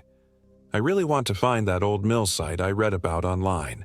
It's supposed to be about 5 miles north of here." Jennifer agreed enthusiastically, and I found myself outvoted. But something about Michael's eagerness bothered me. The Michael I knew was usually the most practical one among us, the first to suggest packing up if conditions weren't ideal. That night, the fire wouldn't stay lit. We'd built it properly, using dry tinder and seasoned wood we'd gathered during the day. But no matter what we did, the flames kept dying down to barely glowing embers. And when they did flicker to life, they burned strange colors, deep blue and sickly green instead of the normal orange and yellow. "The wood must be treated with something," Jennifer said, but she sounded uncertain. "Maybe some kind of chemical runoff from the old industrial sites." I woke up around 2 a.m. to the sound of something large moving through the underbrush near our campsite. I lay in my sleeping bag listening to branches snap and leaves rustle as whatever it was circled our camp. It moved with a strange gait, sometimes on 2 legs, sometimes on 4. I grabbed my flashlight and unzipped my tent flap just enough to peer out. The beam illuminated a section of forest, but I couldn't see anything. The sounds had stopped the moment I'd moved. "Michael?" I called softly. No answer. I shined the light toward his tent and felt my blood freeze. The tent was empty, the sleeping bag unzipped from the inside. But Michael's boots were still there, neatly placed outside the tent flap. I quickly checked Jennifer's tent. She was there, sleeping peacefully, her breathing slow and regular. "Jennifer," I whispered urgently, "wake up." She stirred, then sat up quickly. "What's wrong?" "Michael's gone. His tent is empty." We both got dressed and searched the immediate area around the campsite. No sign of him. His clothes were still in his tent along with his wallet and keys. It was as if he'd simply vanished in the middle of the night. "Maybe he went to relieve himself and got disoriented," Jennifer suggested, but her voice was tight with worry. We called his name, our voices echoing strangely in the forest. No response. "We should wait until morning," Jennifer said finally. "If he's lost, moving around in the dark will just make things worse." I spent the rest of the night sitting by the dead fire, listening for any sound that might indicate Michael was returning. Jennifer dozed fitfully in her tent, starting awake every few minutes to ask if I'd heard anything. Dawn came slowly, the forest remaining dark long after the sky began to lighten. When there was finally enough light to see clearly, we began a systematic search of the area around our campsite. We found his tracks about 100 yards north of camp, leading toward the deeper forest. But the tracks were strange. Sometimes they looked like bare human feet, sometimes like something else entirely. The spacing was wrong too, as if whoever was making them had an unusually long stride. We followed the trail for about half a mile before it simply ended at the edge of a small bog. The dark water was perfectly still, reflecting the overcast sky like black glass. "He wouldn't have gone in there," Jennifer said. "Michael hates water. He can barely swim." We searched the perimeter of the bog, calling his name until our voices were hoarse. Nothing. "We need to go back to the car and get help," I said. Jennifer nodded, but she was staring at the dark water with an expression I'd never seen before, part fear, part fascination. It took us 3 hours to pack up the campsite and hike back to where we'd left the car. Jennifer was unusually quiet, and I found myself constantly looking over my shoulder, expecting to see Michael emerging from behind a tree with some reasonable explanation for his disappearance. The car was exactly where we'd left it, but when I tried to start it, nothing happened. The engine didn't even turn over. "The battery's dead," I said, popping the hood. But the battery connections looked fine, and the headlights had been off when we'd parked. Jennifer was checking her phone. "No signal. We're going to have to walk out to the main road." It was another 5 miles to the nearest house, a weathered frame building where an elderly man sat on the front porch whittling a piece of cedar. He looked up as we approached, his eyes sharp and alert despite his age. "You folks been camping in the Barrens?" he asked before we could say anything. "Yes, sir. Our friend is missing and our car won't start. We need to call for help." The old man set down his knife and wood. "How long's your friend been gone?" "Since last night. We think he got lost." The man shook his head slowly. "Ain't lost. Not if he's been gone that long in those woods. Either he's dead, or he ain't your friend anymore." "What do you mean?" Jennifer asked. "Stories about the deep barrens go back to the Lenape. Say there's things in there that can take a man's shape, wear his face like a mask. They call them the Hungry Ones. Take someone in the night, learn everything about them, then come back wearing their skin." I felt a chill that had nothing to do with the October air. That's just folklore. Maybe, but I've lived here 73 years, and I seen plenty of folks go into those woods and not come back. And I seen some come back that, well, let's just say their families knew they weren't quite right. He let us use his phone to call the police. A New Jersey state trooper arrived an hour later, a tired-looking man in his 40s who took our report with professional detachment. "We'll organize a search," he said, "but I have to be honest with you. If someone's been missing in the Barrens for more than 24 hours, the chances of finding them alive are pretty slim. It's easy to get lost in there, and there are bogs that can swallow a man whole." We spent 2 days at a motel in Hamilton while search teams combed the forest. On the second evening, as Jennifer and I sat in the diner attached to the motel picking at our dinner, the state trooper found us. "We found your friend," he said, sliding into the booth across from us. Relief flooded through me. "Is he okay?" "He's alive, but—" The trooper hesitated. "He's in the hospital. Says he doesn't remember anything about the last 2 days. Found him walking along Route 206 in his underwear, completely disoriented." We drove to the hospital immediately. Michael was in a private room, sitting up in bed and looking physically fine except for some scratches on his arms and legs. But when we walked in, something in his eyes made me stop short. "Hey guys," he said, and his voice was exactly right, exactly Michael.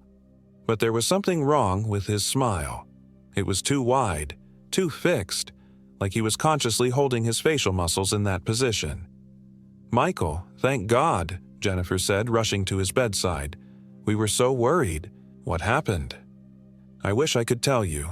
I remember going to bed, then waking up this morning on the side of the road. The doctors think I might have had some kind of episode. Sleepwalking maybe, or a reaction to something I ate."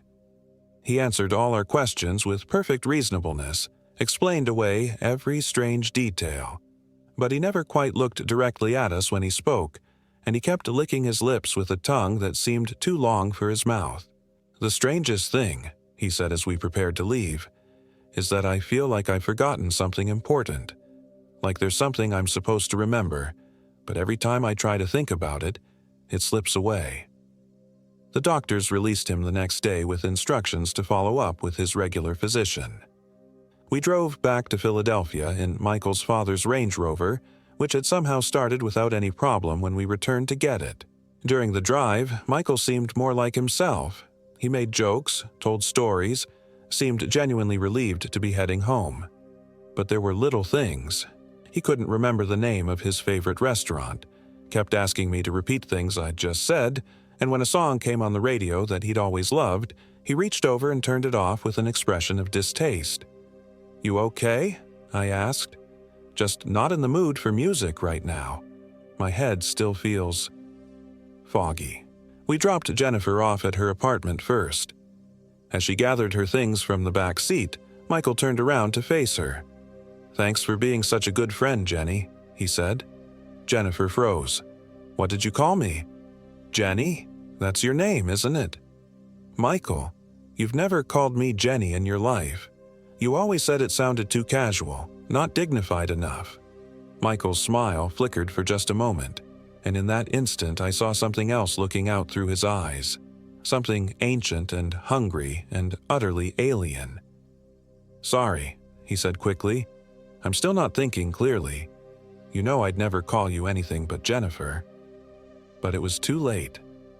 Jennifer was backing away from the car, her face pale. "I think I should call my own ride," she said. "Don't be ridiculous," Michael said. His voice was still pleasant, but there was an edge to it now. "Get back in the car, Jennifer. We're friends, aren't we?" "Yes," she said slowly. "We're friends. But I think I need some time to process everything that's happened."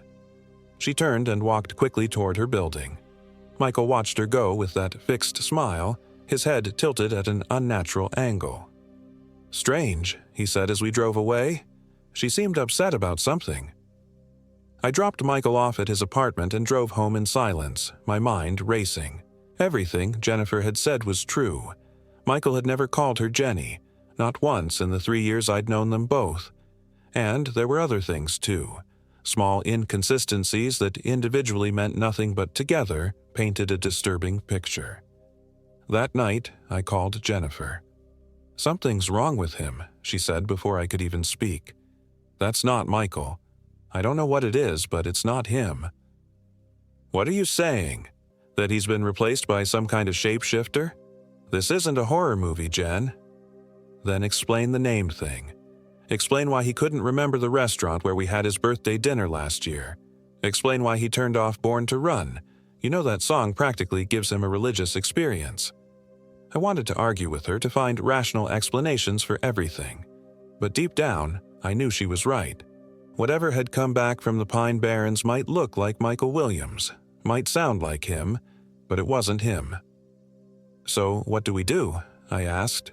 "I don't know, but I think we need to be very careful." Over the next few days, I tried to maintain normal contact with Michael.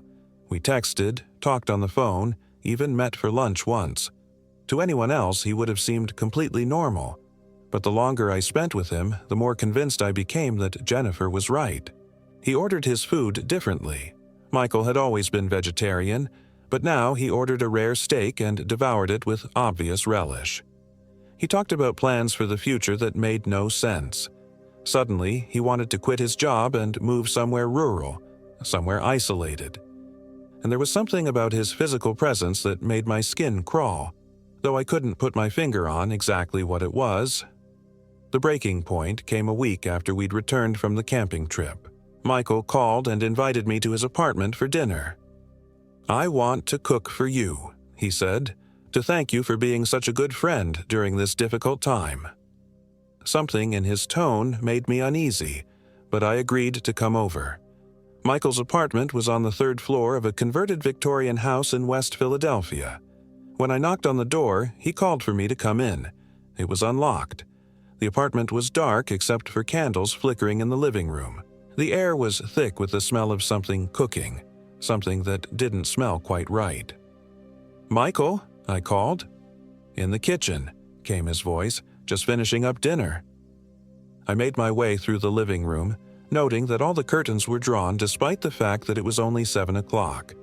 The candles cast dancing shadows on the walls, and in those shadows I thought I saw movement that didn't match the flame's flicker. Michael was standing at the stove with his back to me, stirring something in a large pot. He was humming that same perfect, tuneless melody I'd heard in the forest. "Smells interesting," I said, though in truth it smelled like rotting meat. "Family recipe," he said without turning around. "Something my grandmother taught me." Another lie. Michael's grandmother had been Italian, famous for her pasta dishes. He'd never mentioned learning to cook from her, and certainly nothing that smelled like this. "Michael," I said carefully, "I think we need to talk." He stopped stirring and went very still. "About what?" "About what really happened in the forest. About why you're acting so differently." Slowly, he turned around. His face was exactly the same as always, but there was something wrong with the way he moved, as if he was wearing skin that didn't quite fit. "I don't know what you mean," he said. "I feel fine. Better than fine, actually. I feel awakened." "You called Jennifer Jenny. You ordered meat at lunch. You can't remember basic things about your own life." His smile widened, and I realized that his teeth looked different, sharper, more numerous than they should be. "You're very observant, Brian. I was hoping you wouldn't notice." "Notice what?" "That your friend Michael is gone. That what's wearing his skin learned everything about him during those 2 days in the forest, absorbed all his memories, all his mannerisms. But the copy is never quite perfect, is it? There are always little flaws." I backed toward the door, but heard the lock click shut behind me without anyone touching it. "What are you?" I whispered. "Hungry," it said simply. "Always hungry. Your friend sustained me for a while, but now I need more. And you taste like fear. I've been craving that." The thing that looked like Michael moved toward me with that same wrong gait I'd heard circling our campsite. In the candlelight, I could see that its shadow didn't match its body. It was too long, too angular, with appendages that shouldn't exist. I ran for the window, thinking I could break the glass and climb down the fire escape. But when I reached the window and tore aside the curtain, I found myself looking not at the street 3 stories below, but at the cedar swamps of the Pine Barrens. The bog, where Michael's tracks had disappeared, stretched away into the darkness. "Geography is flexible when you're dealing with things like me," the creature said. "This apartment, that forest, they're all the same place once you know how to see." I spun around looking for any other exit, any weapon I could use. That's when I saw her. Jennifer was sitting in Michael's armchair, perfectly still, her eyes open but empty. Blood trickled from her ears and nose. "I invited her over yesterday," the creature said conversationally. "She was suspicious, kept asking difficult questions, so I had to silence her. But don't worry, she's not dead. Not exactly. She's just empty. I scooped out everything that made her Jennifer and left the shell behind." "You're insane," I managed to say. "I'm practical. Humans are so wasteful. You only use a tiny fraction of your brain's capacity. I make use of everything. Memories, personality, fears, dreams. It all feeds me." The creature moved closer, and I could see that its pupils were wrong, too large and too dark, like looking down twin wells. "The question is, Brian, do you want to end up like your friend Michael, consumed and replaced, or like Jennifer, emptied out but still breathing? I'm willing to offer you a choice." I looked around frantically for anything I could use as a weapon. My hand closed around one of the heavy candlesticks on Michael's mantle. "Or," the creature continued, "you could just run. I do enjoy a good chase." Without another thought, I swung the candlestick at its head with all my strength. The impact should have caved in its skull, but instead the candlestick passed right through its face like it was made of mist. The creature laughed, a sound like glass breaking. "I'm not entirely here," it explained. "Part of me is still in the forest, part in this room, part in dimensions you don't have names for. Physical attacks won't work." But even as it spoke, I noticed something. Where the candlestick had passed through its face, the image flickered like a bad television signal. For just a moment, I glimpsed what was underneath, something with too many joints and skin like tree bark. "You're not as solid as you want me to think," I said. Its smile faltered. "Clever boy." I swung the candlestick again, this time at its torso. Again it passed through, but the creature's form wavered more noticeably. "Iron," I realized aloud. "The candlestick is made of iron." The thing that wore Michael's face hissed and backed away. Old superstitions. Meaningless. But it was afraid. I could see it in the way its shape kept shifting, struggling to maintain Michael's appearance. He advanced on it, swinging the iron candlestick in wide arcs. Each time the metal passed through its form, the creature became less solid, less real. Its grip on this dimension was weakening. "This isn't over," it snarled, its voice no longer quite human. "I know where you live now. I know your scent, your taste. I'll find you."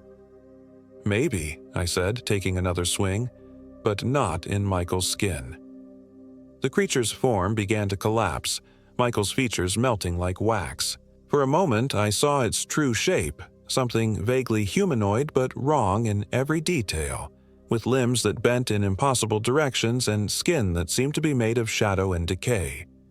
Then it was gone, leaving only the smell of sulfur and rotting vegetation. I rushed to Jennifer, but it was too late. She was breathing, her heart was beating, but when I looked into her eyes, I saw nothing looking back. Whatever had made her Jennifer, her personality, her memories, her soul, was gone. I called 911, told them I'd found my friend unconscious in her apartment. The paramedics took her to the hospital, where doctors ran every test they could think of and found nothing physically wrong. She was awake, she could follow simple commands, but she couldn't speak, couldn't recognize anyone, couldn't perform any complex tasks. The doctors called it a severe catatonic state brought on by trauma, but I knew better. As for Michael, the real Michael, I never found out what happened to him. The thing had consumed him completely, absorbed everything he was. The closest I came to closure was a brief news item I found online about human remains discovered in a bog in the Pine Barrens. Too decomposed to identify, but wearing the same clothes Michael had been wearing the night he disappeared. I moved away from Philadelphia after that, put as much distance as possible between myself and the Pine Barrens. But distance doesn't matter to things like that creature. Geography is flexible, it had said. I see its face in crowded places sometimes, wearing the features of strangers who smile too wide and move with that wrong gait. I hear its voice in phone calls where the person on the other end sounds almost right, but not quite. And sometimes, in the darkest hours of the night, I hear it whistling that perfect, tuneless melody outside my window, no matter how high up my apartment is or how many locks I have on my door. I know it's still hunting me. Still hungry. And someday, when I'm not careful enough or strong enough or lucky enough, it will find a way to finish what it started in those twisted cedar groves. The Pine Barrens took my best friends and left me with nothing but nightmares and the knowledge that there are things in this world that wear human faces like masks, things that feed on everything we are and leave only empty shells behind. I've never been camping since. I probably never will again. But sometimes when the wind is right and the night is dark enough, I can still smell the sulfur and decay of those ancient swamps, and I know that somewhere in the depths of the Pine Barrens, something is still whistling my name.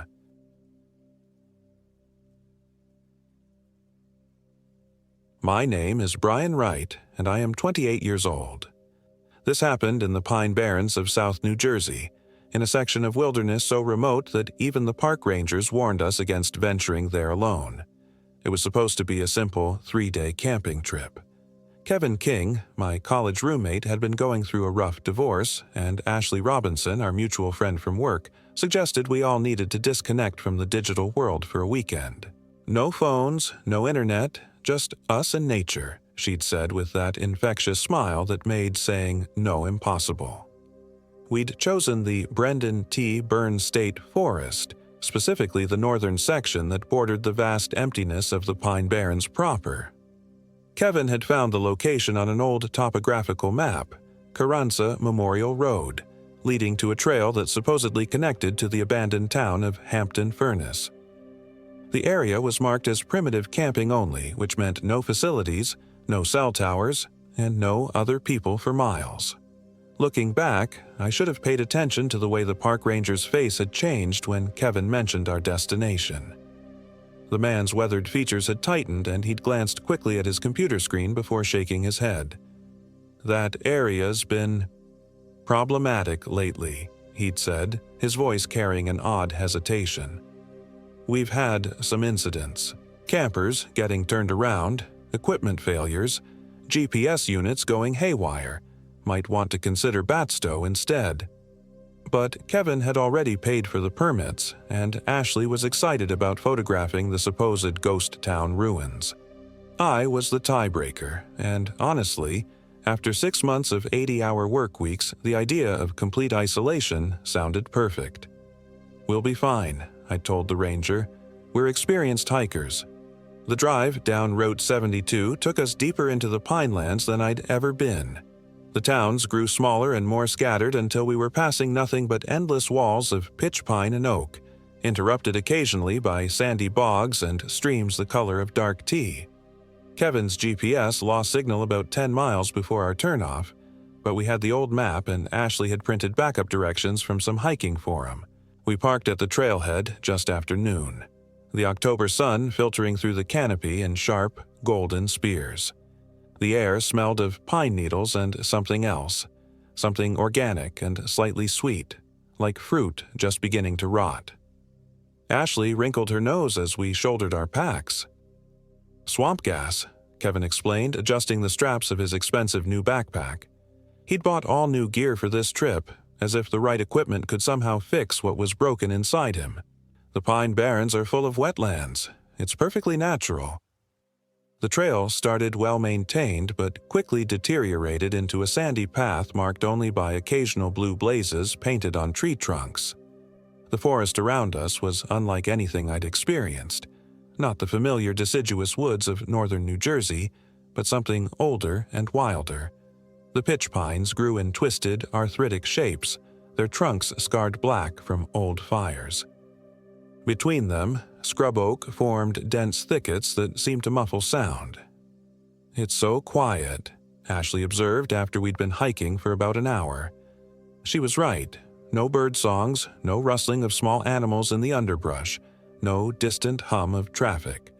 Just the soft whisper of our boots on sand and the occasional creak of branches overhead. Kevin checked his compass and frowned. "According to this, we should be heading more northeast, but the trail keeps curving west." I looked at my own compass and saw the needle wavering, unable to settle on true north. Probably magnetic interference. There's iron ore in these hills. We pressed on, following the blue blazes deeper into the forest. The trees grew denser, blocking more and more of the sky until we moved through a perpetual twilight. My watch read 3:30, but it felt much later. The sweet, rotten smell grew stronger. "There," Ashley pointed ahead to where the trail opened into a small clearing.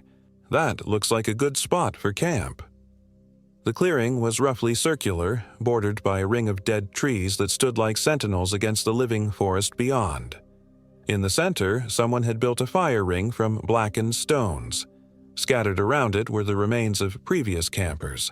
A few rusty tent stakes, some charred logs, and oddly, a child's sneaker, tiny and mud-stained.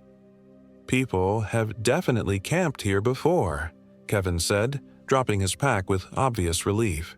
"Though not recently, by the look of things." I picked up the small shoe, examining it. The fabric was rotted and the sole was coming loose, but it couldn't have been exposed to the elements for more than a few months. "This is weird. Who brings a toddler camping in the middle of nowhere?" Ashley was already setting up her tent on the far side of the clearing, her movements quick and efficient.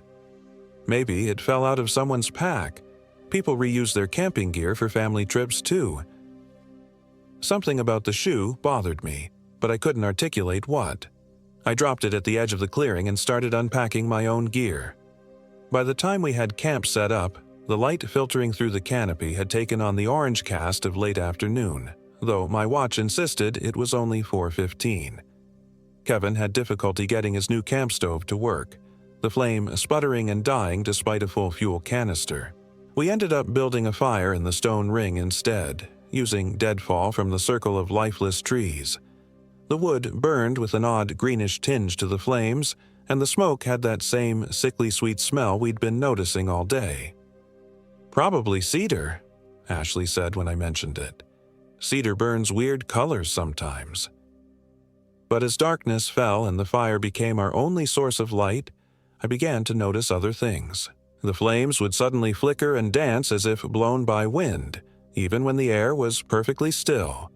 Shadows moved at the edge of our vision, too large and fluid to be cast by anything in our camp. And occasionally, just at the threshold of hearing, there seemed to be sounds coming from the forest. Not the normal night sounds of owls or rustling leaves, but something like whispers or distant laughter. "Anyone else hear that?" I asked during a lull in our conversation. Kevin looked up from the divorce papers he'd been burning one by one in the fire. "Hear what?" "I don't hear anything," Ashley said, but her voice was tight with concentration, as if she was straining to listen. I was about to dismiss it when Kevin's expression changed. He tilted his head, his eyes focusing on something beyond the firelight. "Wait, there. Do you hear that?" We all fell silent. For a moment, there was nothing but the pop and hiss of burning wood. Then, carried on the still air, came the unmistakable sound of a child crying. Distant but clear, seeming to come from multiple directions at once. Ashley was on her feet immediately, flashlight in hand. "That's a kid. Someone's lost out there." "Wait." I grabbed her arm as she started toward the tree line. "Listen to it." We stood frozen, listening to the crying that echoed through the forest. It was wrong somehow. Too rhythmic, too melodic, and as we listened, it began to change, the pitch shifting until it sounded less like crying and more like laughter.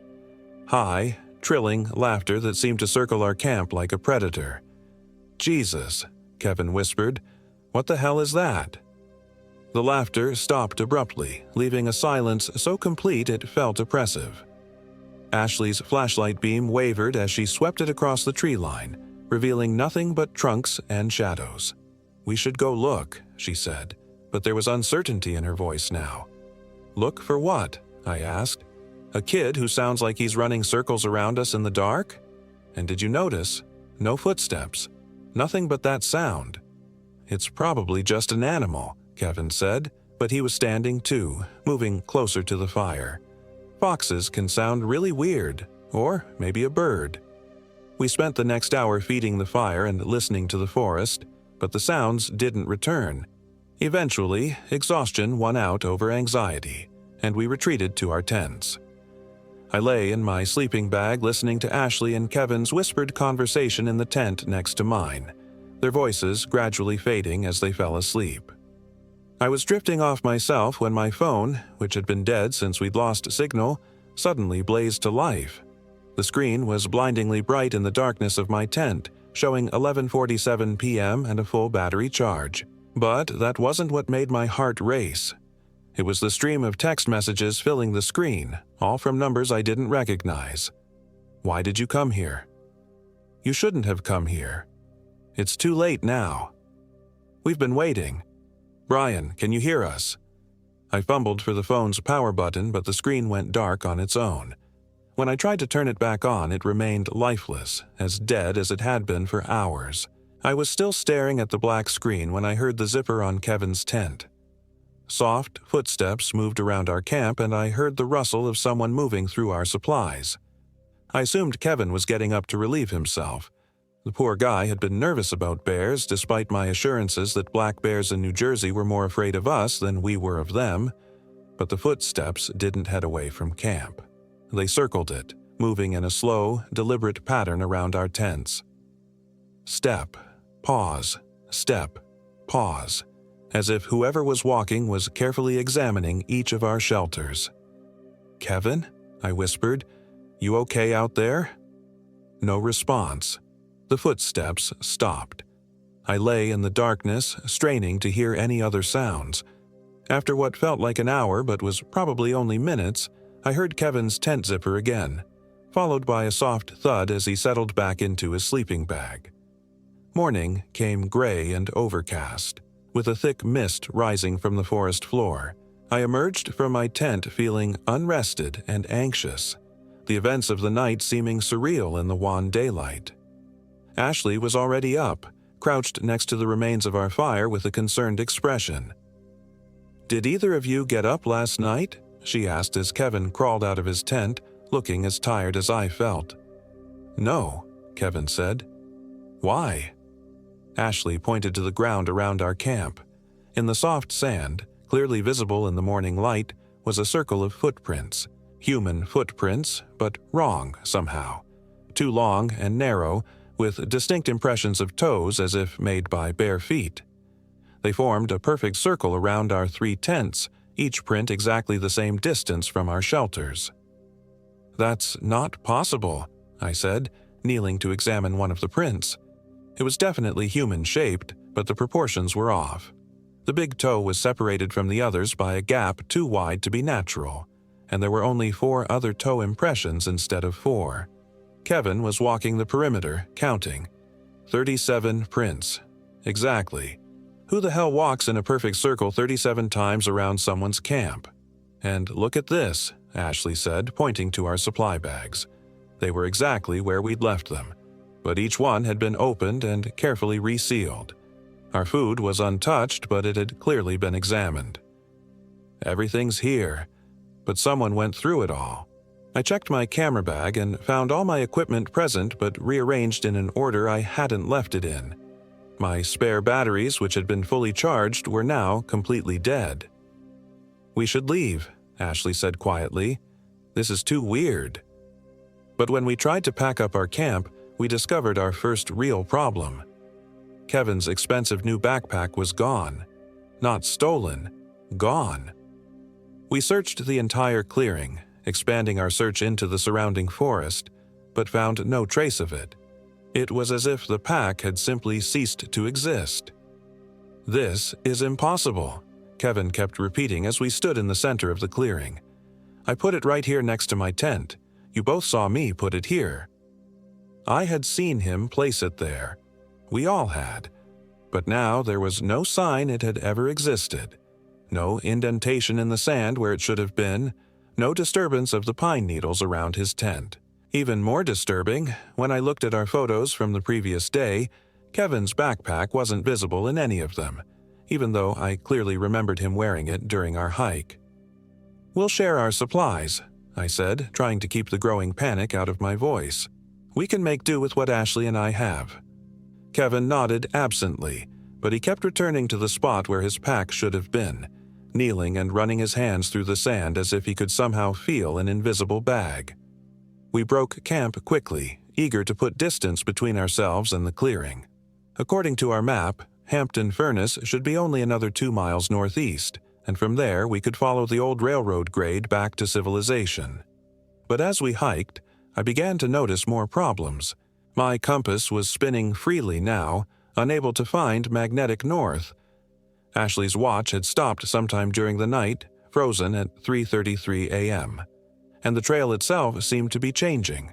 Blazes that had been painted on trees at eye level were now appearing 12 feet up on trunks, as if the forest floor had somehow dropped several feet overnight. "The trees are getting bigger," Ashley observed, and she was right. The pitch pines that had been modest-sized the day before now towered overhead like ancient giants, their trunks thick enough that 3 people couldn't have wrapped their arms around them. "Trees don't grow overnight," Kevin said, but his voice lacked conviction. We walked in uneasy silence for another hour before reaching what should have been Hampton Furnace. According to our research, the ghost town consisted of foundation ruins and a few surviving structures from a 19th century ironworks. What we found instead was a thriving settlement. Buildings lined both sides of a sandy street. Not ruins, but intact structures that looked freshly built despite their historical style. Smoke rose from several chimneys, and we could hear the distant sound of activity. voices, hammer blows, the creak of wagon wheels. "This isn't right," I said, checking and rechecking our map. Hampton Furnace was abandoned in the 1850s. Ashley had her camera out and was trying to take pictures, but nothing was happening when she pressed the shutter button. "The camera's not working. None of the buttons respond." As we stood at the edge of the settlement, trying to make sense of what we were seeing, a figure emerged from one of the buildings. It was a man dressed in rough work clothes that might have been period appropriate for the 1800s. He was tall and lean, with pale skin and dark hair, and when he saw us, he smiled and began walking in our direction. "Good morning, travelers," he called out, his voice carrying clearly across the distance. "You must be the right party. We've been expecting you." Kevin and Ashley looked at me with questioning expressions, but I had no idea how this stranger could know our names. As he approached, I noticed other things about him that set off alarm bells in my mind. His movements were too fluid, as if his joints bent in ways human joints shouldn't. His smile was too wide, revealing teeth that were too sharp and too numerous. And his eyes were completely black, not just the pupils but the entire visible surface. "I think we made a mistake," Ashley whispered, taking a step back. "I think we need to go. Now." But when we turned to leave, the path we'd taken to reach the settlement was gone. Where there had been a clear trail through the forest, now there was only an impenetrable wall of thorny undergrowth. "Don't be alarmed," the strange man said, still approaching with that unnatural smile. "You're exactly where you're supposed to be, where you've always been supposed to be." "Who are you?" I demanded, though my voice came out weaker than I'd intended. "My name is Matthias Carmichael," he replied, stopping about 10 feet away from us. "And I've been the proprietor of Hampton Furnace for, well, longer than you might think. We don't get many visitors anymore, but when we do, we like to make them feel welcome." More figures were emerging from the buildings now. Men, women, and children all dressed in clothing from another century. They formed a loose circle around us, but none of them came too close. Like Matthias, they all had that same unnatural smile and those impossible black eyes. "We need to leave," Kevin said, his voice tight with fear. "Right now." "Leave?" Matthias tilted his head, and I heard his neck vertebrae pop audibly. "But you just arrived. And besides, where would you go? There's nowhere else for miles, just trees and bog and darkness." Ashley grabbed my arm. "Brian, look at them. Really look at them." I focused on the crowd of settlers, and that's when I saw what she meant. They weren't breathing. None of them were breathing. Their chests didn't rise and fall, and in the cool morning air there should have been visible breath, but there wasn't. They stood perfectly still, like mannequins, only their eyes moving to track our movements. "We're going," I said, shouldering my pack and starting toward what I hoped was another way out of the settlement. "I'm afraid that's not possible," Matthias said, and suddenly he was directly in front of me, though I hadn't seen him move. "You see, you've entered our domain now, and once you're here, you become part of the furnace." "What furnace?" Kevin asked. "This place was shut down and—" His words cut off abruptly. I turned to see him staring at something behind the buildings, his face gone completely white. Following his gaze, I saw it too. A massive iron structure that definitely hadn't been there moments before. The furnace itself was enormous, easily 30 feet tall and glowing with internal heat. Black smoke poured from its stack, and through the open door at its base I could see flames that burned with the same wrong colors we'd seen in our campfire. "The Hampton Furnace never stopped operating," Matthias explained pleasantly. "It just changed its purpose. Instead of smelting iron ore, we now process something much more valuable: human essence, fear, despair, the raw materials of suffering." That's when Ashley screamed. I spun around to see her pointing at Kevin, but it wasn't Kevin anymore. His face was slack and expressionless, his eyes had gone completely black like the settlers, and when he opened his mouth to speak, what came out wasn't his voice. "Brian," he said in a tone completely unlike his own, mechanical and emotionless. "Ashley, you should join us. It doesn't hurt. Not after the first few minutes. Ashley bolted, running toward what looked like an opening between two buildings. I started after her, but Matthias caught my arm with fingers that felt like ice-cold steel. "Let her go," he said, and I could smell his breath, like grave dirt and rotting meat. "She won't get far. The forest has particular rules now. And besides, you're the one we really want." "You, why?" I managed to ask, though speaking felt like forcing words through broken glass. "Because you're the one who brought them here," Matthias replied. "You made the decision to come. You convinced them it would be safe. That makes you responsible for what happens to them. And we do so love responsibility. It seasons the essence beautifully." I tore free from his grip and ran after Ashley, crashing through the settlement's narrow streets.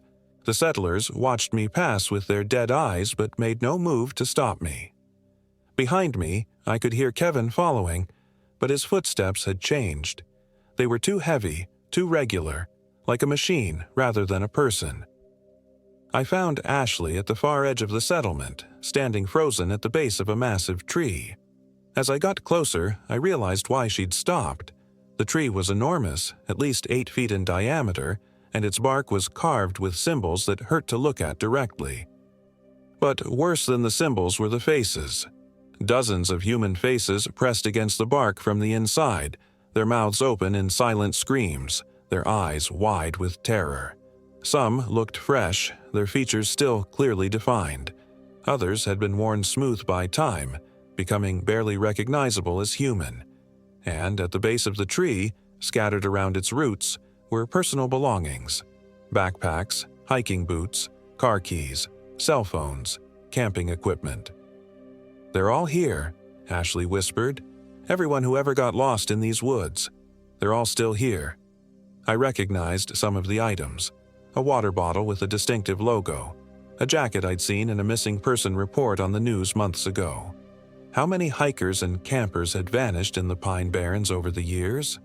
How many had been explained away as people getting lost or falling into bogs? "Ashley, we have to go. Now." But when I turned around, Kevin was standing right behind us, no longer even pretending to be human.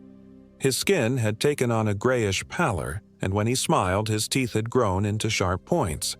His neck was bent at an impossible angle, as if something had broken it and then reset it incorrectly. "You can't leave," he said in that mechanical voice. "You're home now. We're all home now." Ashley made a sound that was half sob, half scream. "Kevin, please. It's us. It's Ashley and Brian. You know us." "I know you," the thing wearing Kevin's face agreed. "I know you're afraid. I know you're desperate. I know you brought sufficient essence to feed the furnace for months." That's when I noticed the real horror. As Kevin spoke, the faces in the tree bark had begun to move. Their mouths worked silently, and their eyes tracked our movements. And one of them was beginning to push forward, the bark bulging outward as if something was trying to escape from inside the trunk. "Run," I told Ashley. We crashed through the forest, abandoning any attempt to find a trail. Behind us, I could hear Kevin pursuing us, but he wasn't running. He was walking with those same mechanical steps, and somehow he was keeping pace despite our panicked sprint. Worse, I could hear others now, more footsteps crashing through the underbrush coming from multiple directions. My lungs burned as we ran deeper into the woods, but the forest itself seemed to be working against us. Branches caught at our clothes and scratched our faces. Roots appeared in our path to trip us, and the ground itself seemed to shift beneath our feet, turning solid earth into sucking bog without warning.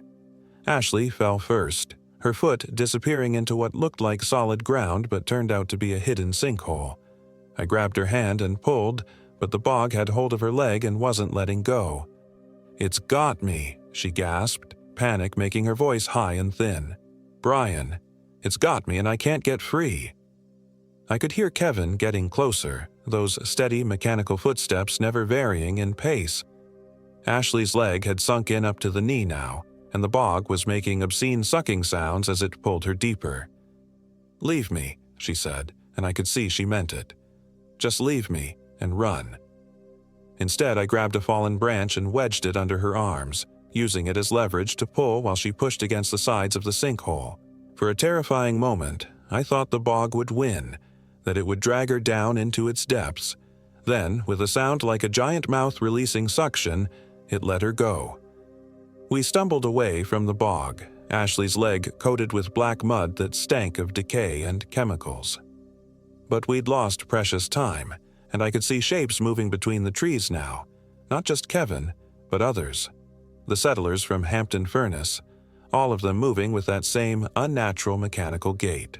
This way, Ashley pointed toward what looked like slightly higher ground. We ran until our legs gave out, then walked until we could run again. The sun was setting, though according to my watch it should still have been mid-afternoon. The light filtering through the trees took on that same orange cast we'd noticed the evening before, but now it felt malevolent, as if the very air was infected with something toxic. That's when we found the second camp. It was set up in a clearing almost identical to the one where we'd spent the previous night, complete with the same ring of dead trees and the same stone fire circle. But this camp was occupied. 3 tents were arranged around the fire, and I could see figures moving around them. "Help!" Ashley called out before I could stop her. "Please, we need help." The figures turned toward us, and I felt my heart sink. They were human, or had been human once. But like Kevin, they had that same grayish skin and those same mechanical movements. And when they smiled at us, their teeth had been filed into points. "Welcome," one of them said in a voice like grinding metal. "We've been waiting for you. The furnace is hungry tonight." Behind us, I could hear Kevin and the others getting closer. We were trapped between 2 groups of these things with nowhere to run but deeper into the forest. And as if summoned by our desperation, that sweet, rotting smell grew stronger, carried on a wind that shouldn't have existed in the still air. "The cellar," Ashley whispered suddenly. "Brian, remember the Foundation ruins. There has to be a cellar or basement somewhere. Underground." She was right. If Hampton Furnace had been a real settlement, there would be Foundation remnants scattered throughout this area. And if we could find a cellar or root cellar, we might be able to hide until what? Until dawn? Until these things gave up looking for us? I didn't have a better plan.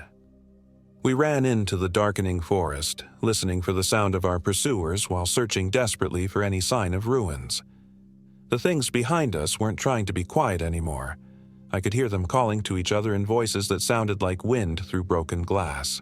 "There," Ashley pointed to a depression in the ground partially hidden by fallen logs. "That looks like it might be a foundation." We ran toward it, and as we got closer, I could see she was right. The depression was roughly rectangular and lined with old fieldstone. At one end, almost completely hidden by debris and undergrowth, was a dark opening that led underground. "It's a root cellar," I said, pulling away the branches that concealed the entrance. Or maybe a storm cellar. The opening was narrow and dark, leading down into what looked like a hand-dug cave.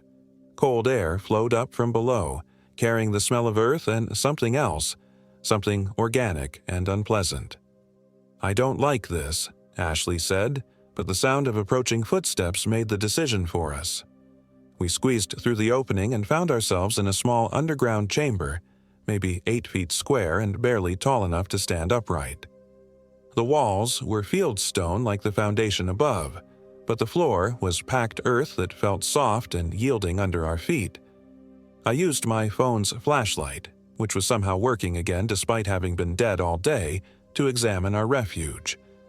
The cellar was empty except for some rotted wooden shelves along one wall and… "Oh, God," Ashley whispered.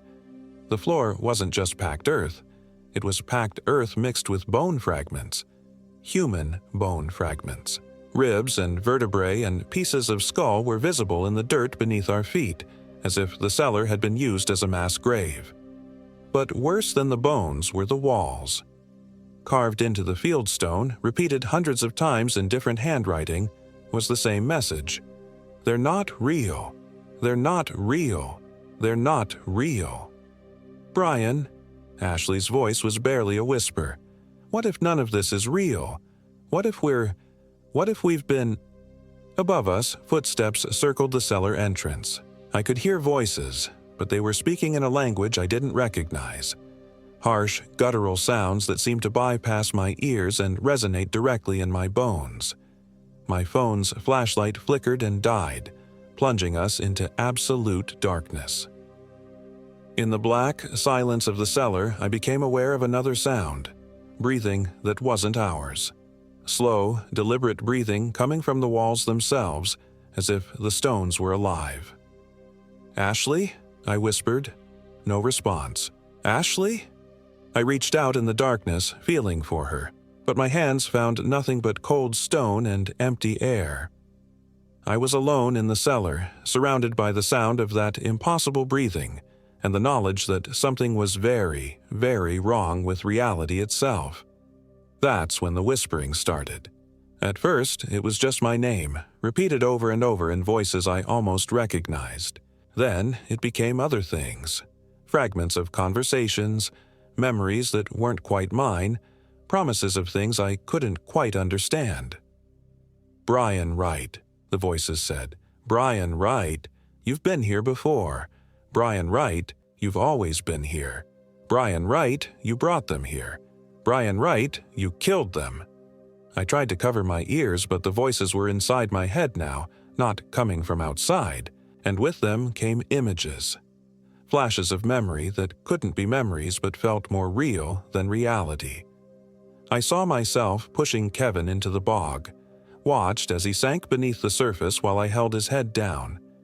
I saw myself hitting Ashley with a rock, saw her blood on my hands, saw myself dragging her body into the forest and burying it in soft earth. "No," I said aloud. "That's not what happened. That's not real." But the voices kept whispering, and the images kept coming. I saw myself alone in the forest, talking to people who weren't there, setting up extra tents for companions who had never existed. I saw myself walking in circles around my own camp, leaving those strange footprints in the sand. "You've been alone since the beginning," the voices told me. "Kevin and Ashley never came with you. Kevin and Ashley died 3 months ago. You killed them both, Brian Wright. You killed them and buried them and came here to hide from what you did." The breathing sound was getting louder, more insistent, and underneath it, I could hear something else, the sound of dirt being moved, as if something was digging its way up from beneath the cellar floor. I fumbled for my phone, desperate for light, for proof that what I was experiencing wasn't real. The screen blazed to life, showing me the cellar in harsh white light. I was alone, as the voices had said. There was no sign that Ashley had ever been here with me. But on my phone's screen, instead of the usual display, was a single message. "You remember now." And I did remember. I remembered the argument with Kevin over money I'd borrowed and never repaid. I remembered Ashley threatening to tell the police about what she'd seen. I remembered the rage that had consumed me, the terrible clarity of violence, the weight of the shovel in my hands. I had killed them both. I had buried them in the Pine Barrens and then constructed an elaborate fantasy to hide from what I'd done. The camping trip, the supernatural encounters, even the settlement. All of it was my mind's desperate attempt to create a reality where I wasn't a murderer. But now, in this underground tomb surrounded by the bones of other victims, other people who had tried to hide their crimes in the endless wilderness of the Pine Barrens, the truth was impossible to deny. I was alone. I had always been alone. And the things pursuing me through the forest weren't supernatural beings. They were the ghosts of my own guilt, made manifest by a mind that could no longer bear the weight of what I'd done. The sound of digging was right beneath me now. I looked down at the packed earth floor and saw it beginning to bulge upward, as if something was pushing up from below.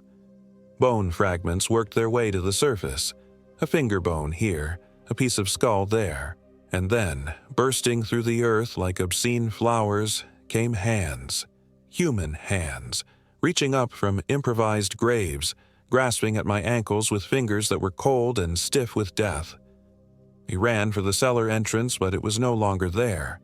The walls had closed in around me, trapping me in a space that was growing smaller and smaller. The hands kept reaching up from the floor, more and more of them, and I recognized them now. Kevin's hands, Ashley's hands, the hands of everyone I'd hurt, everyone I'd killed, everyone whose bodies were buried somewhere in this vast wilderness. "We've been waiting," they whispered in unison. "We've been waiting so long for you to remember. We've been waiting so long to take you home." I tried to scream, but no sound came out. The walls kept closing in, and the hands kept reaching, and somewhere above me, I could hear the sound of the Hampton furnace roaring to life, ready to process one more load of human essence, one more measure of guilt and terror and despair. The last thing I saw before the darkness took me was my own face, reflected in my phone's black screen. But it wasn't the face I remembered. It was gray and lifeless with black eyes and sharp teeth, and it was smiling the same mechanical smile I'd seen on Kevin and all the others. I had become one of them. I had always been one of them. And somewhere in the endless pine barrens the furnace burns on, waiting for the next lost soul to find their way to Hampton Furnace, waiting for the next person to discover that some crimes create their own punishment, their own hell, their own eternal damnation in the wilderness of guilt and memory. The last entry in my journal, written in handwriting that doesn't look quite like mine, reads simply, "My name is Brian Wright, and I am 28 years old. This happened in the Pine Barrens of South New Jersey. I brought my friends Kevin and Ashley here, and I killed them both.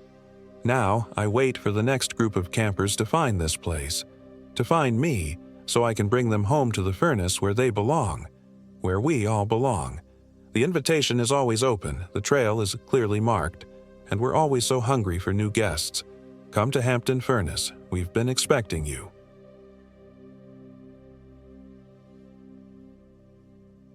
My name is Brian Wright, and I am 28 years old. This happened in the Pine Barrens of South Jersey, near the abandoned ruins of Batstow Village, in October of last year. The three of us had been planning this camping trip for months. Marcus Chen, my college roommate and software engineer like myself, had been obsessing over authentic wilderness experiences ever since his divorce. Jake Morrison, our mutual friend from work, just needed to get away from his overbearing mother who'd been living with him since his father's death. Me.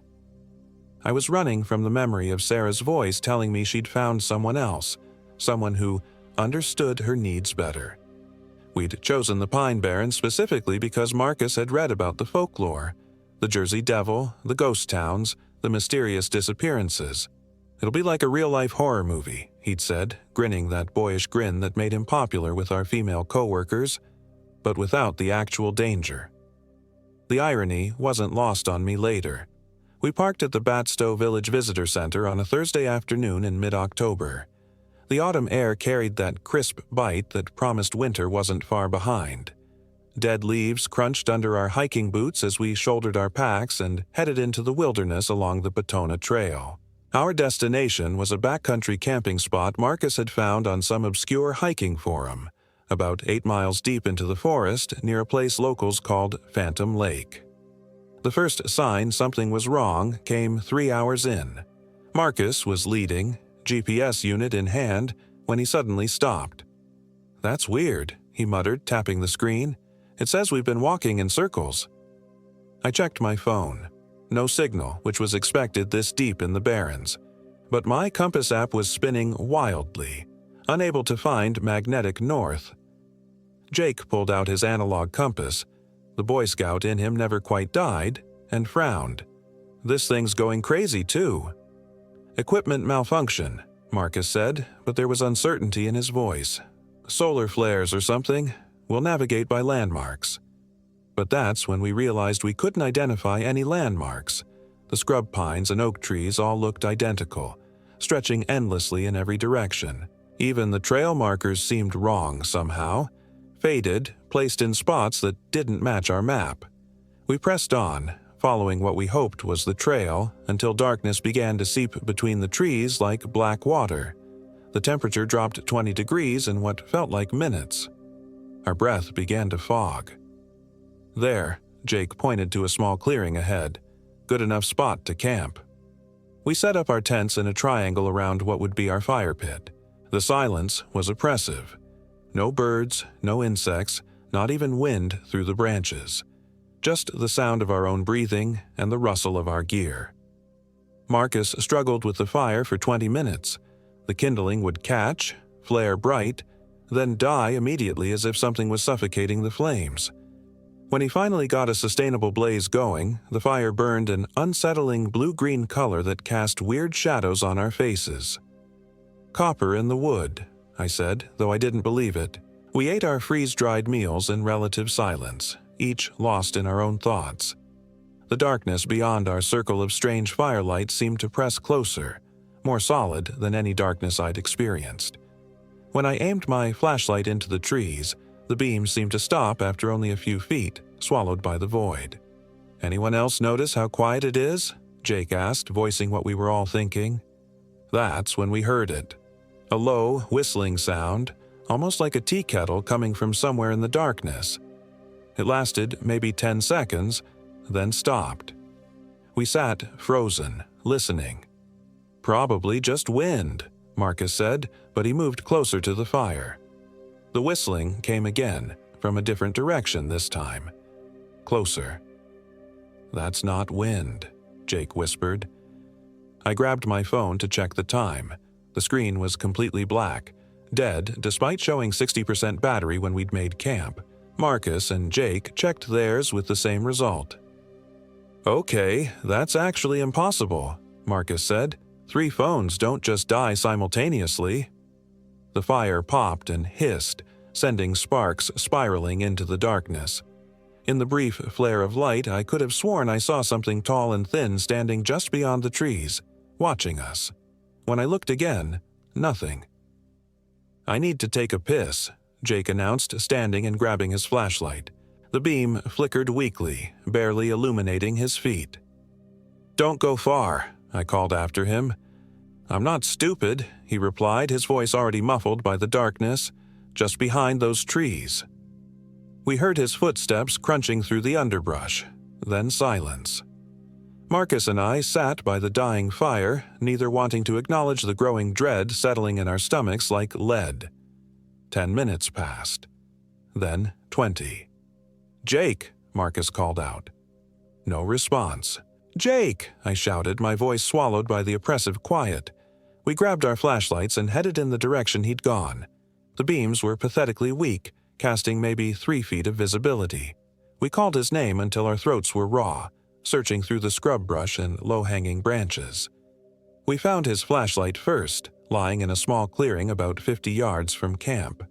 The lens was cracked and something dark stained the plastic casing.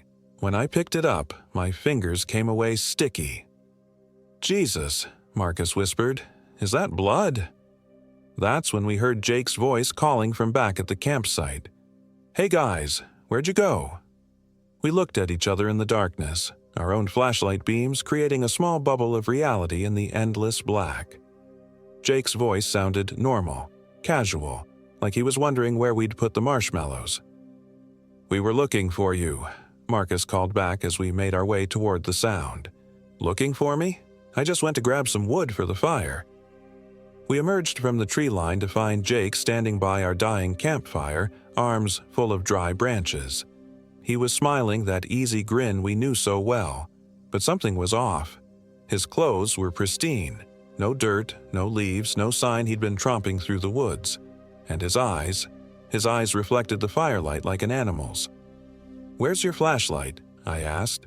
Jake looked down at his hands as if surprised to find them full of wood instead of equipment. "Oh, I must have dropped it. We should get this fire going again before it gets cold." But it was already cold. Brutally, unseasonably cold.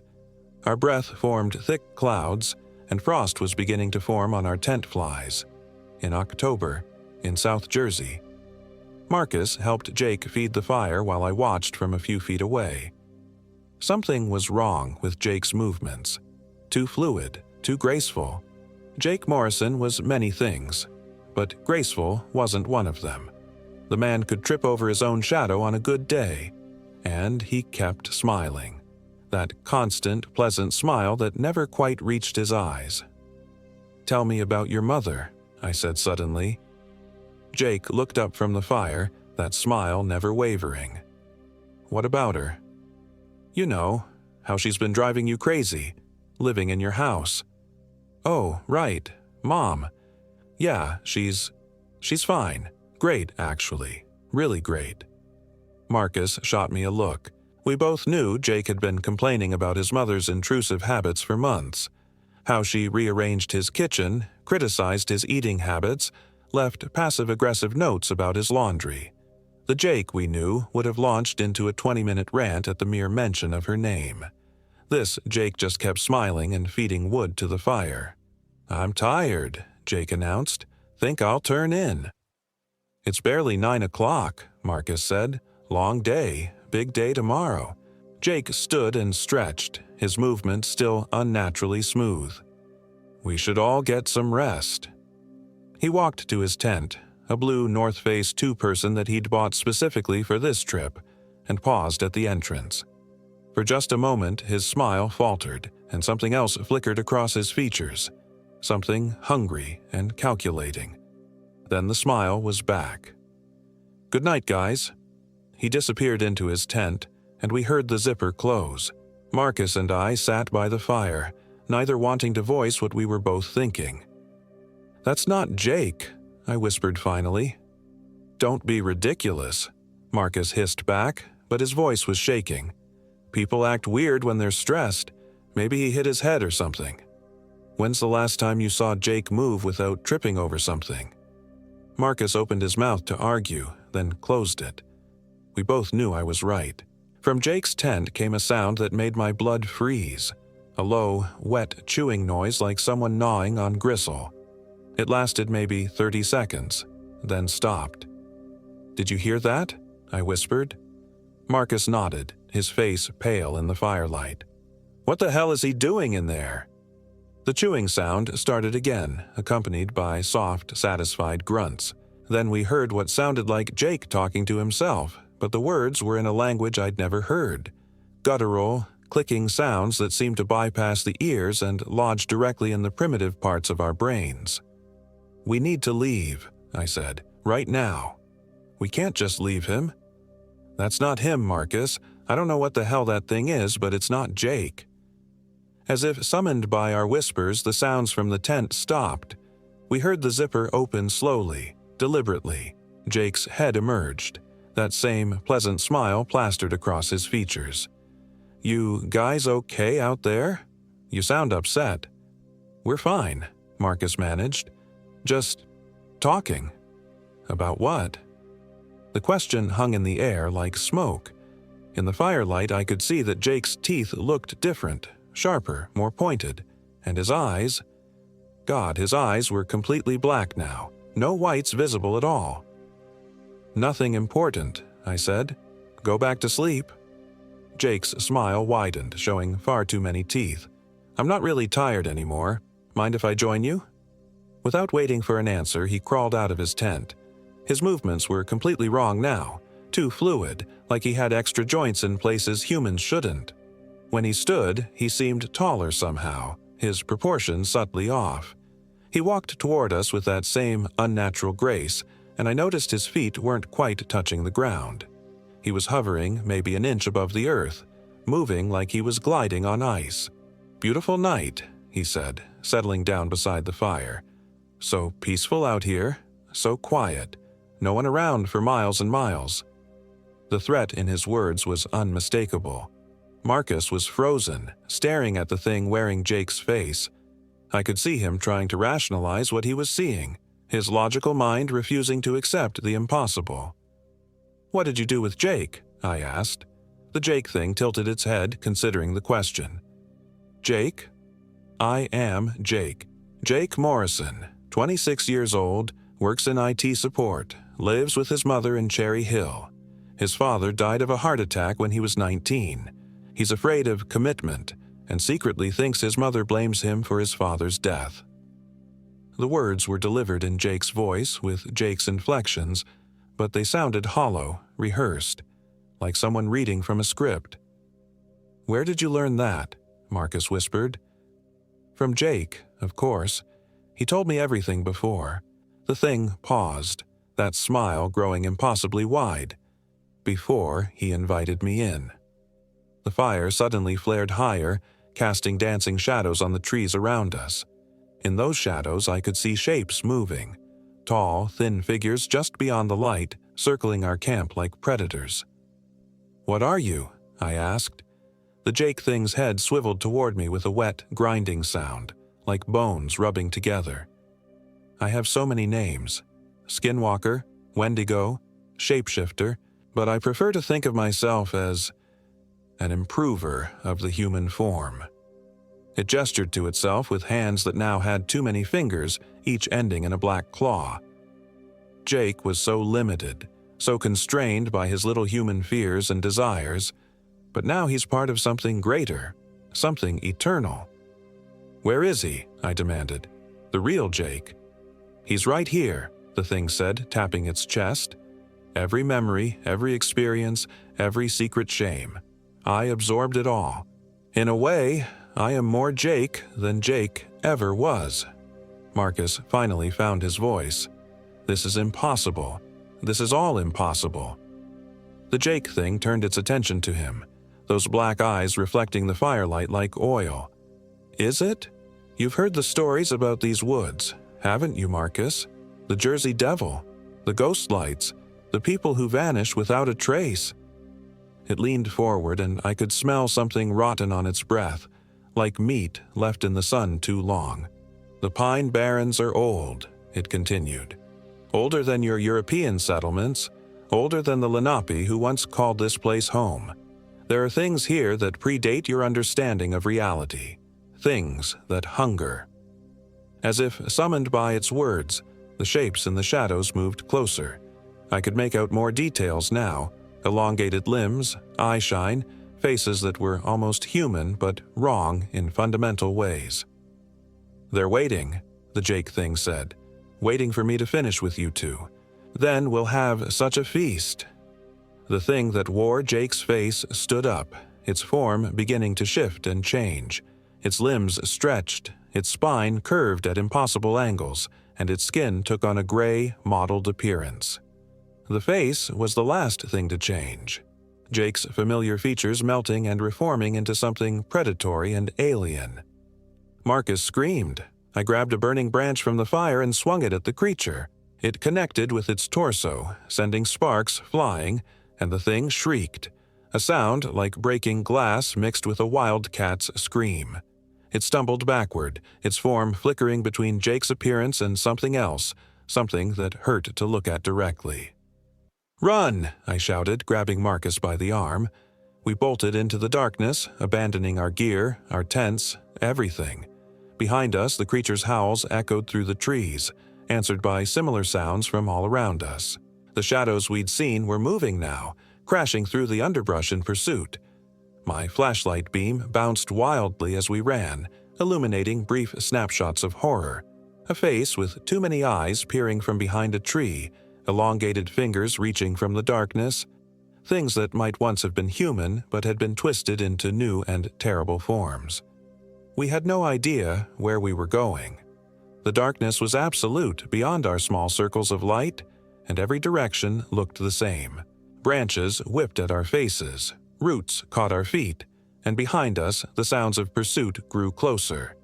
Marcus stumbled and went down hard, his flashlight flying from his hand and smashing against a tree. I helped him up, but we were down to just my light now, and its battery was fading fast. "This way," I gasped, pulling him toward what looked like a gap between two large oak trees. We pushed through the undergrowth and found ourselves in another small clearing. In the center stood a structure that shouldn't have been there. A ramshackle cabin with broken windows and a sagging roof. Pale light flickered through the gaps in its walls. "Should we?" Marcus began. The howls were getting closer. We didn't have a choice. I pushed open the cabin's door, and we stumbled inside. The interior was a nightmare of rotting wood and mold, but it was shelter. Ancient furniture covered in dust and cobwebs filled the single room, and a stone fireplace dominated one wall. But what caught my attention were the walls themselves. They were covered in photographs, hundreds of them, pinned and taped to every available surface. Photographs of people, hikers, campers, families on vacation, all smiling, all looking normal and human. But their eyes were all wrong. Black, reflecting the camera flash like an animal's. "Jesus Christ," Marcus whispered. "How long has this been going on?" Some of the photos looked recent. Others were clearly decades old based on the clothing and camera quality. In the corner, I found a stack of driver's licenses, credit cards, and other identification. Names I didn't recognize, faces that looked vaguely familiar from the photographs on the walls. It's collecting them, I realized. All of them. Everyone who comes out here. That's when we heard scratching at the walls. Slow, deliberate, like claws on wood. The sounds moved around the cabin's perimeter, testing for weak spots. "We're trapped," Marcus said. The scratching stopped. In the sudden silence, we could hear our own breathing, our rapid heartbeats, the settling of the old wood. Then, from just outside the door, came Jake's voice. "Guys, I'm really sorry about earlier. I don't know what came over me. Can you let me in? It's freezing out here." The voice was perfect. Every inflection, every subtle accent Jake had picked up from growing up in South Jersey. If I hadn't seen what I'd seen, I might have believed it. "I know you're scared," the voice continued, "but it's still me. I'm still your friend. Please, Brian, Marcus, don't leave me out here alone." Marcus took a step toward the door. I grabbed his arm. "It's not him," I hissed. "But what if it is? What if we're wrong? What if Jake's hurt and we're—" The voice outside changed, became pleading, desperate. "Please, guys. I can hear them out here. Those things. They're coming back. I'm scared." Tears were streaming down Marcus's face. The thing knew exactly which emotional buttons to push. "You know about my mom," the voice continued, "how she makes me feel like I'm never good enough, how I've been thinking about ending things. Is this how it ends, Brian? Abandoned by my best friends when I need them most?" That did it. Marcus lunged for the door. I tackled him and we went down hard among the dusty furniture. We wrestled in the dark, him trying to reach the door, me trying to keep him away from it. The voice outside grew frustrated. "Fine. Have it your way." The scratching started again, more violent this time. Something was trying to claw its way through the walls. Splinters of wood began raining down from the ceiling as whatever was outside climbed onto the roof. Then the window exploded inward. A shape that was only vaguely human burst through the glass, moving like a spider, all wrong angles and 2 long limbs. In the dim light, I could see it still wore shreds of Jake's clothing, but the body underneath was something else entirely. It landed in the center of the room and rose to its full height, nearly 8 feet tall with arms that reached almost to the floor. Its face was a nightmare fusion of Jake's features and something predatory, something that belonged in the deepest, darkest parts of the forest. "Found you," it said in Jake's voice. Marcus screamed and scrambled backward, knocking over a rotting chair. The creature's head snapped toward him with that same grinding sound I'd heard earlier. "Marcus," it said, and now its voice was different, softer, more feminine. "Marcus, don't be afraid. It's me." I recognized the voice immediately. It was Elena, Marcus's ex-wife. "I'm sorry about the divorce," the creature continued, using Elena's exact tone, her slight accent. "I was wrong to leave you. Come back to me, Marcus. We can be together again." Marcus was sobbing now, reaching toward the creature. "Elena? But how?" "It's reading your memories," I shouted. "It's not real." But Marcus was already moving toward the thing, his face full of hope and desperate love. The creature smiled with Elena's face grafted onto its inhuman form, and I saw its claws extend. I grabbed a piece of broken furniture, an old chair leg, and drove it into the creature's back just as it reached for Marcus. The thing shrieked and spun around, Elena's face melting away to reveal something that was all teeth and black eyes. It backhanded me across the room. I hit the wall hard, photographs raining down around me, and tasted blood in my mouth. But the distraction gave Marcus enough time to snap out of his trance. "Run!" I shouted again. This time, he listened. We burst through the cabin's back door and into the forest beyond. Behind us, the creature howled in rage and pain, the sound echoing through the trees. We ran blindly through the darkness, branches tearing at our clothes, roots trying to trip us. My flashlight was down to a dim orange glow, barely illuminating our feet. But ahead, through the trees, I could see something that made my heart leap with hope. Lights, electric lights. A road. We broke through the tree line and stumbled onto asphalt. Route 542, the main road through the Pine Barrens. A pickup truck rounded the bend, and I waved my arms frantically. The driver, a middle-aged man in a hunting jacket, pulled over. "Jesus, what happened to you boys?" he asked, taking in our torn clothes and terrified expressions. "Our friend," Marcus gasped. "Something took our friend. In the woods. We need to call the police." The man looked skeptical but handed over his cell phone. I dialed 911 with shaking fingers. The state police found our campsite the next morning. Our tents were still there, along with all our gear, but there was no sign of Jake. They found his clothes scattered around the area, torn and bloody, but no body. The official report listed Jake Morrison as a missing person, presumed dead due to animal attack. The investigation was perfunctory at best. The lead detective, a tired-looking man named Kowalski, seemed more interested in closing the case than finding answers. "Happens more than you'd think out here," he told us. "City folk don't understand how dangerous the wilderness can be. Bears, coyotes, even wild dogs. They'll drag a body off, and you'll never find anything but scraps of clothing." Marcus and I tried to tell them what really happened, but our story was dismissed as trauma-induced hallucinations. "Survivor's guilt," the department psychologist explained. "Your minds are trying to process the loss by creating an external threat, something you could have fought against." They were wrong, of course, but how do you convince rational people that your best friend was consumed by something that shouldn't exist? The incident made the local news for exactly 1 day before being buried by more pressing concerns. "Hiker missing in Pine Barrens" was the headline, and Jake became just another statistic in the long list of people who vanished in that vast wilderness. Marcus and I don't talk anymore. The trauma drove a wedge between us that we've never been able to bridge. He moved to California a few months later, claiming he needed a fresh start. I heard through mutual friends that he's in therapy, dealing with PTSD and depression. Me? I've become obsessed with research. I spend my free time digging through old newspapers, police reports, folklore collections, looking for patterns, for other incidents like ours. And I've found them. Going back over a century, there are stories of people who've encountered things in the Pine Barrens, things that wear human faces but aren't human. The accounts are always dismissed as folklore, hysteria, or hoaxes. But the details are consistent. The Lenape called them Wendigo-like spirits, beings that could take the shape of those they'd consumed. European settlers had different names: shapeshifters, skinwalkers, demons.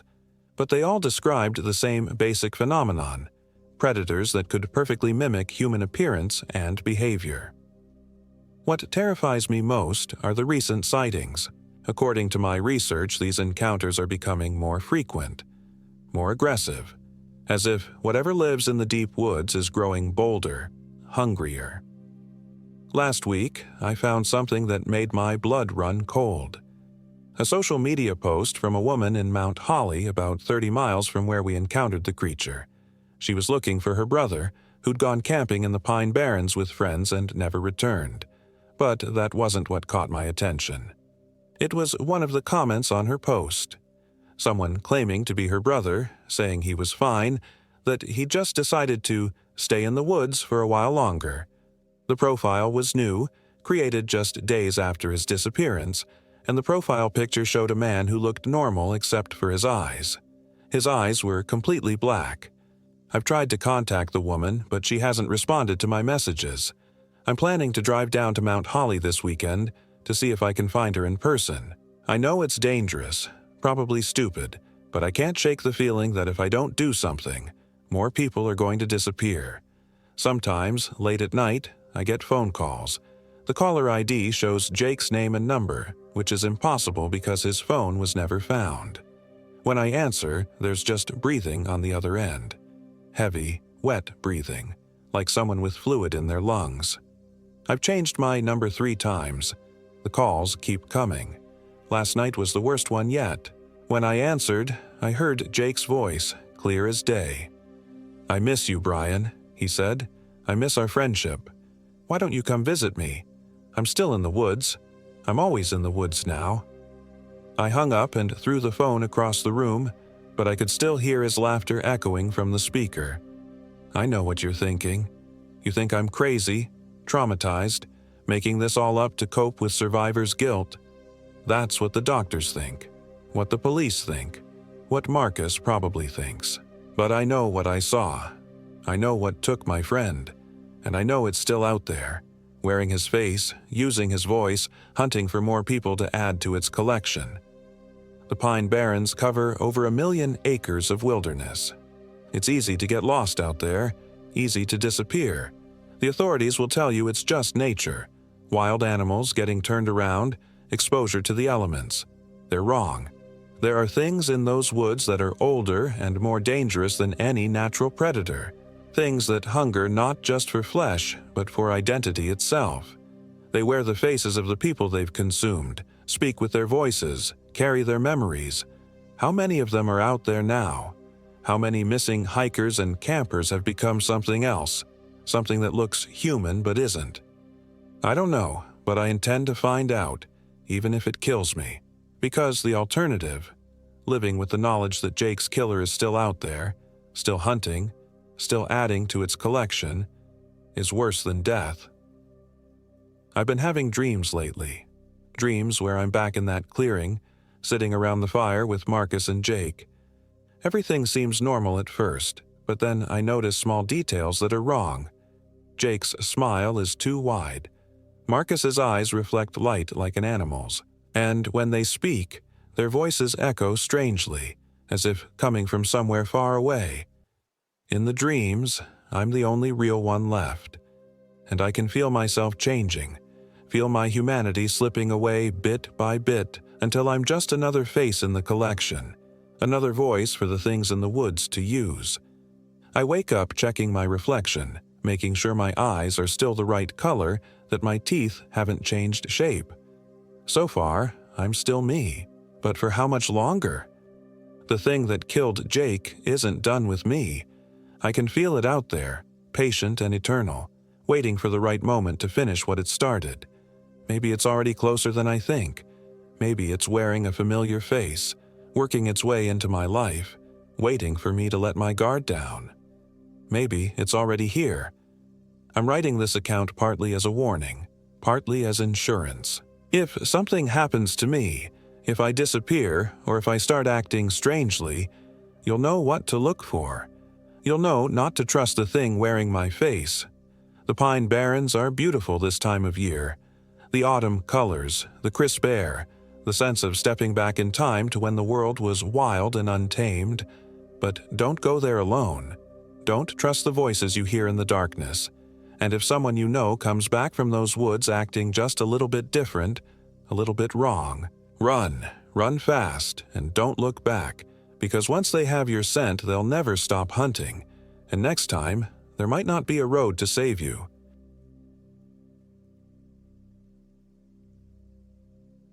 My name is Michael Williams, and I am 26 years old.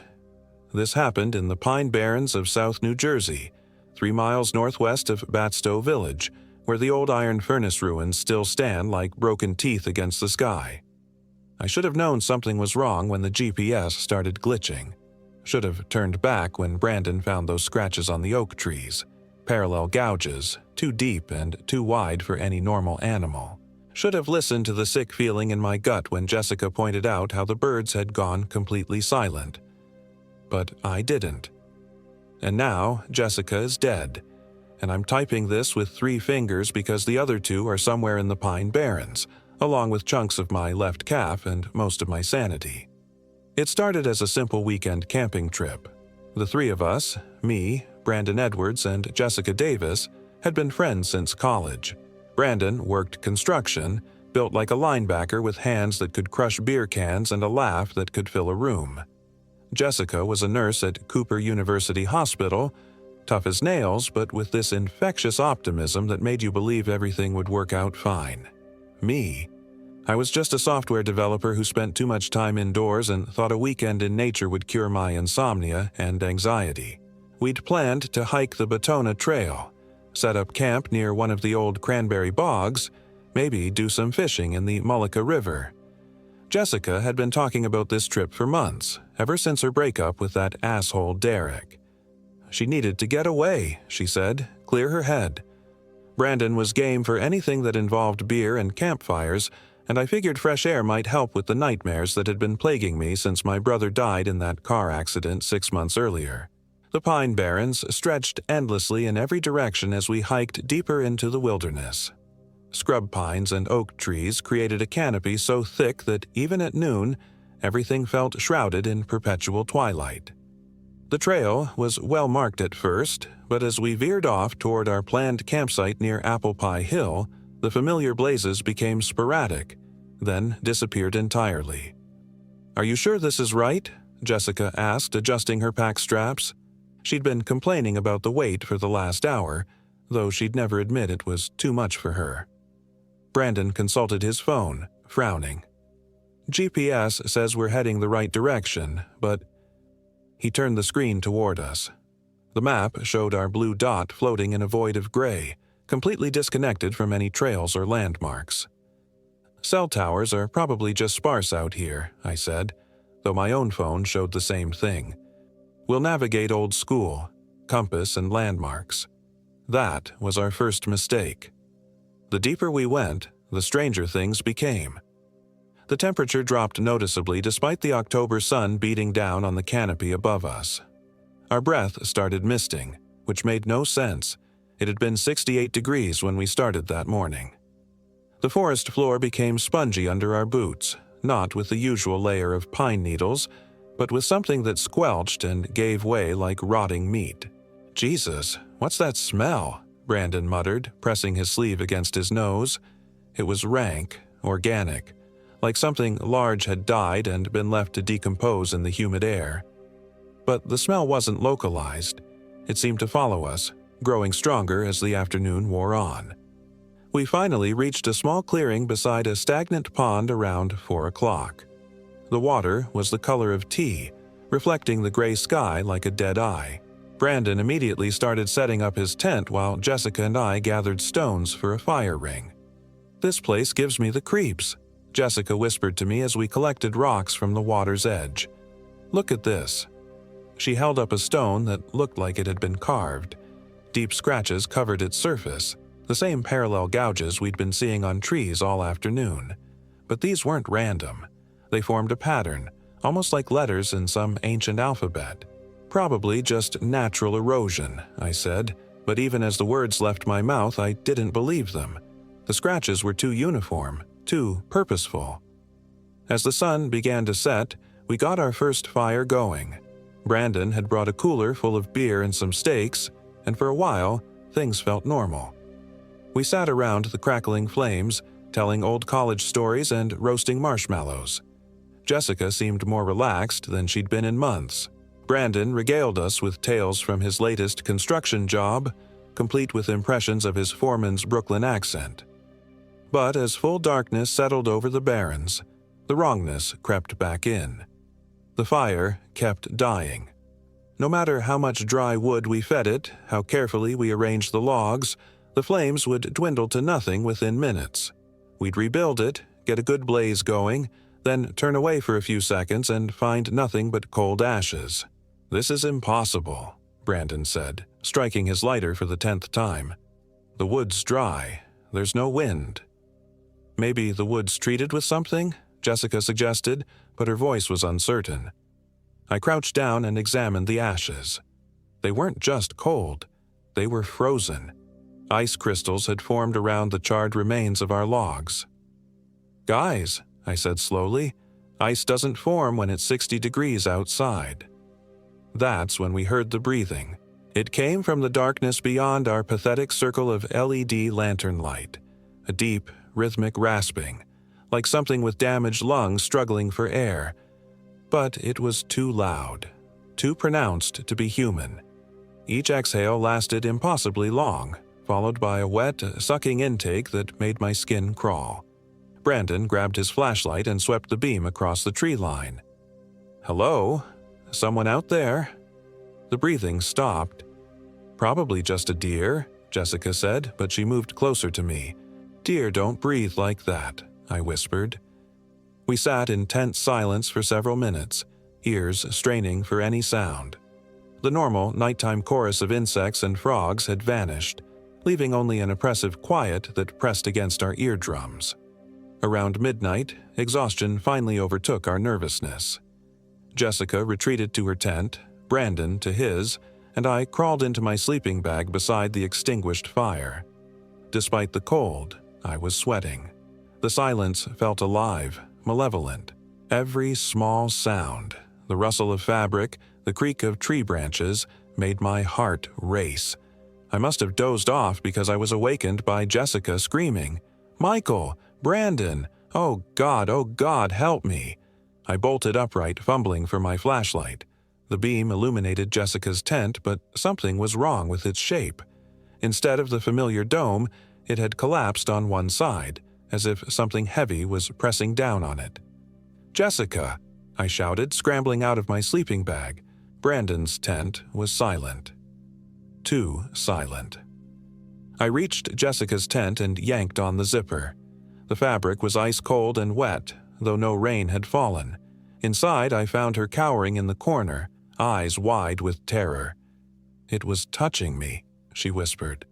Something was touching me through the fabric. These long, thin fingers just exploring, feeling along my arms, my face. I helped her out of the tent and shined my light on the outside. 5 parallel tears ran down the side, claw marks that went all the way through the fabric. "Where's Brandon?" I asked. We both turned toward his tent.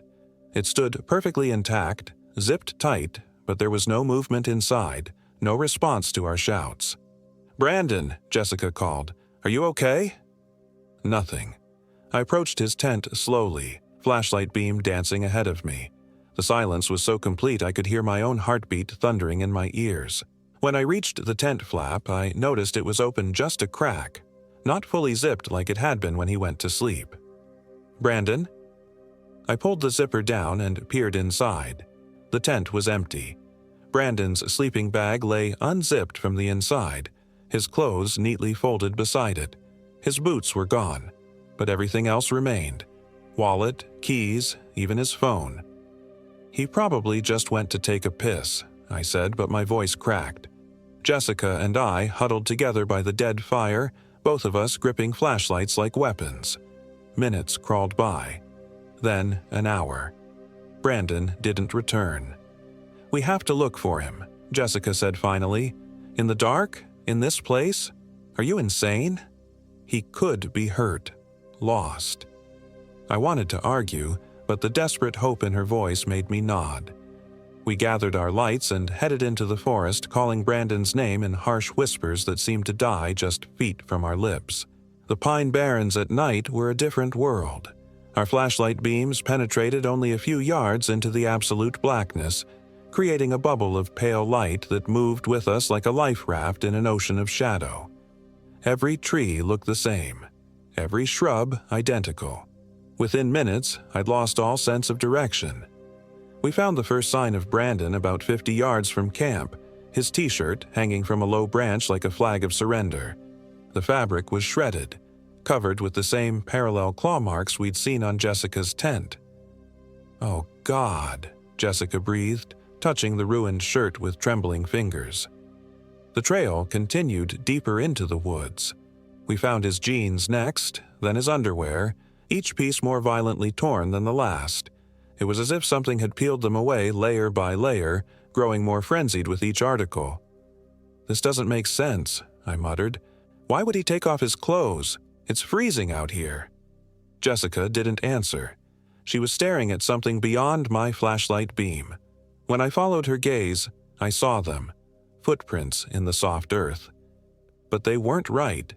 They started normal, size 12 boot prints heading away from our camp. But as we followed them, they began to change. The impressions grew deeper, longer, the tread pattern distorted. By the time we'd gone 100 yards, they no longer looked human at all. The prints were twice the size of Brandon's feet, with long, claw-like indentations where toes should be. They sank deep into the earth as if made by something impossibly heavy, and they radiated cold, actual cold. Frost had formed around each print, and when I knelt to examine one, my breath clouded in the frigid air rising from the impression. "We need to go back," I said. "We need to call for help." "With what? Our phones don't work, remember?" She was right. We'd been trying intermittently all evening with no success. Whatever was happening here seemed to exist in a dead zone, cut off from the outside world. We followed the trail for another 100 yards before Jessica grabbed my arm. "Listen," she whispered. In the distance, barely audible, came the sound of someone crying. Soft, broken sobs that drifted through the trees like smoke. "Brandon!" Jessica called out. The crying stopped immediately.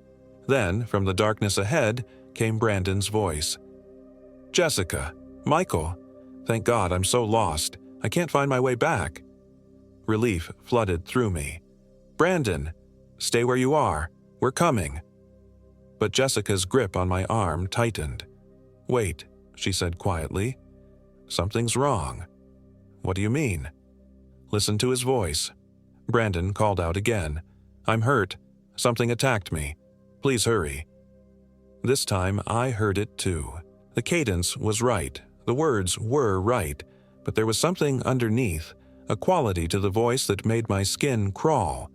It was like listening to a recording played at the wrong speed, just slightly off pitch.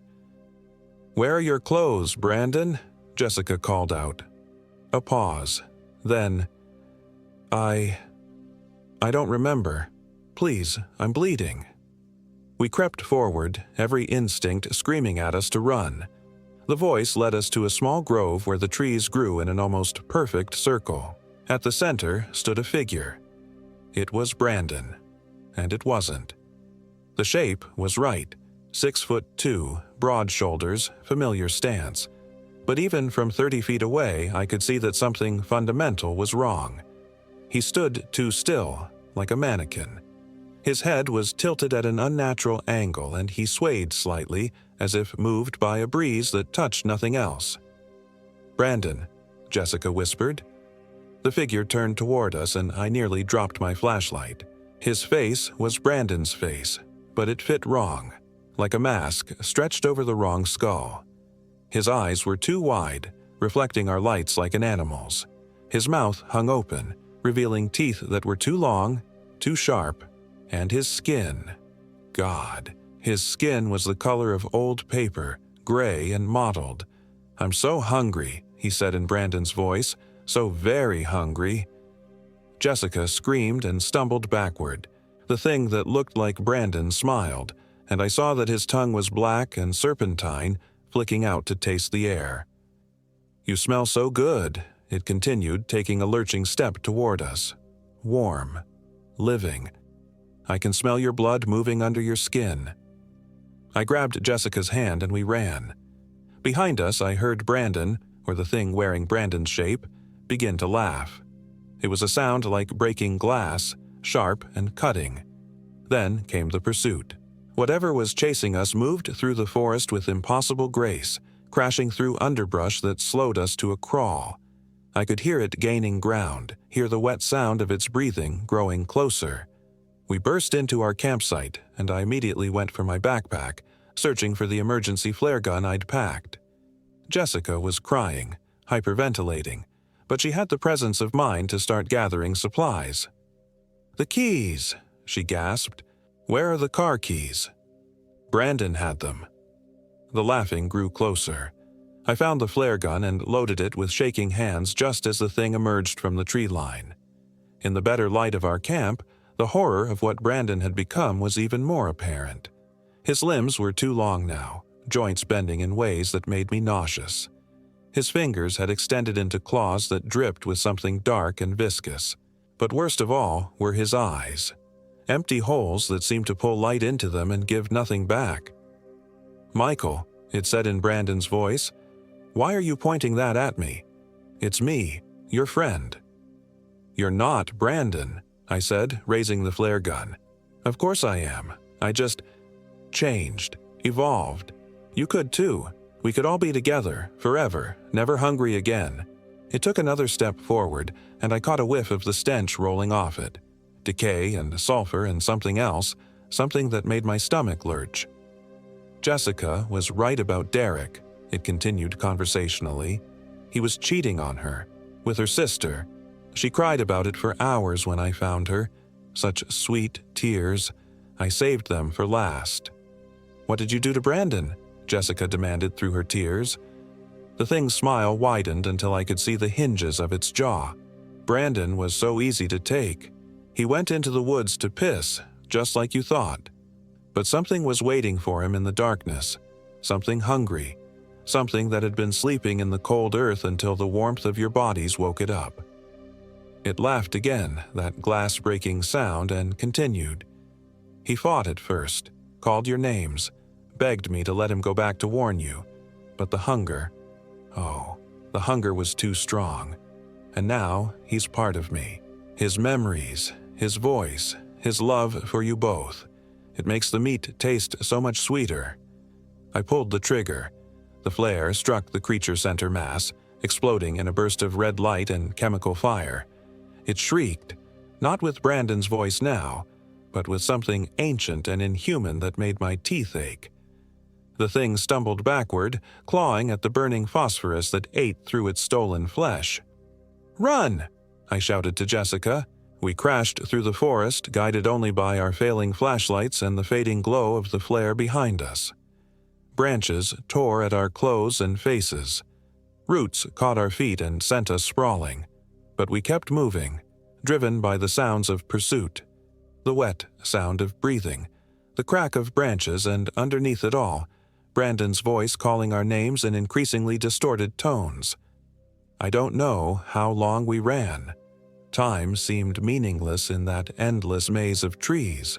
My lungs burned, my legs cramped, but terror kept me moving. Jessica stumbled frequently, weakened by blood loss from a dozen cuts, but she never fell behind. Eventually, we found ourselves at the edge of another clearing, this one larger than our campsite. At its center stood something that made us both stop short. A circle of standing stones, each about 8 feet tall, covered with the same claw-mark symbols we'd been seeing all day.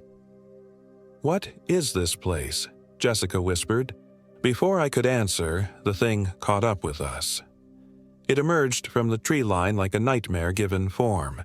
The flare had done terrible damage. Half its face was gone, revealing the skull beneath. But it was still moving, still hunting, and its remaining eye fixed on us with predatory hunger. "You hurt me," it said, its voice a wet whisper. "That wasn't nice. Now I'll have to hurt you back." It began to circle us, staying just at the edge of our light. I could see its shape shifting in the darkness, growing larger, more monstrous. "You know what this place is, don't you?" it continued. "Your ancestors knew.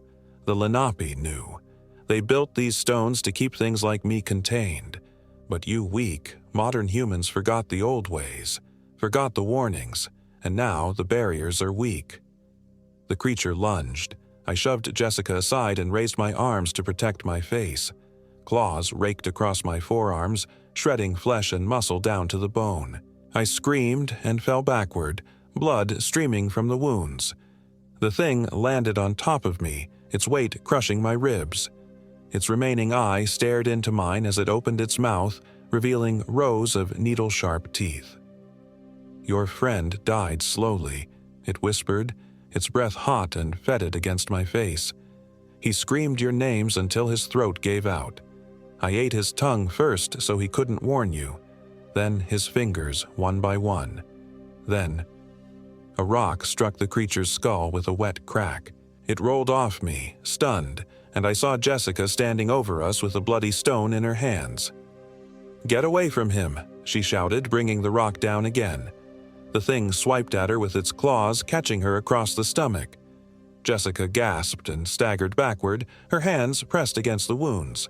Blood seeped between her fingers. I forced myself to my feet despite the agony in my arms and looked around desperately for a weapon. The standing stones offered no help, but at the base of the nearest one, I saw something that made my heart race. A pile of bones. Human bones. Old ones, yellowed with age, but also fresh ones still pink with marrow. Among them lay a knife, not steel, but knapped flint, worked by ancient hands into a wicked blade. I grabbed it without thinking. The creature was advancing on Jessica, who had fallen to her knees, too weak from blood loss to run. It moved slowly now, savoring her terror. "I think I'll keep you alive longer," it said in Brandon's voice. "You're the one he loved most. Your screams will echo his perfectly." I came up behind it and drove the flint blade into its back. The effect was immediate and dramatic. The creature arched its spine and released a shriek that shattered the silence of the barrens. Black ichor poured from the wound, smoking where it hit the ground. The thing spun around to face me, its remaining eye blazing with rage. "You little fool," it snarled. "Do you think your pathetic weapons can kill what I've become?" But I could see that the blade had hurt it badly.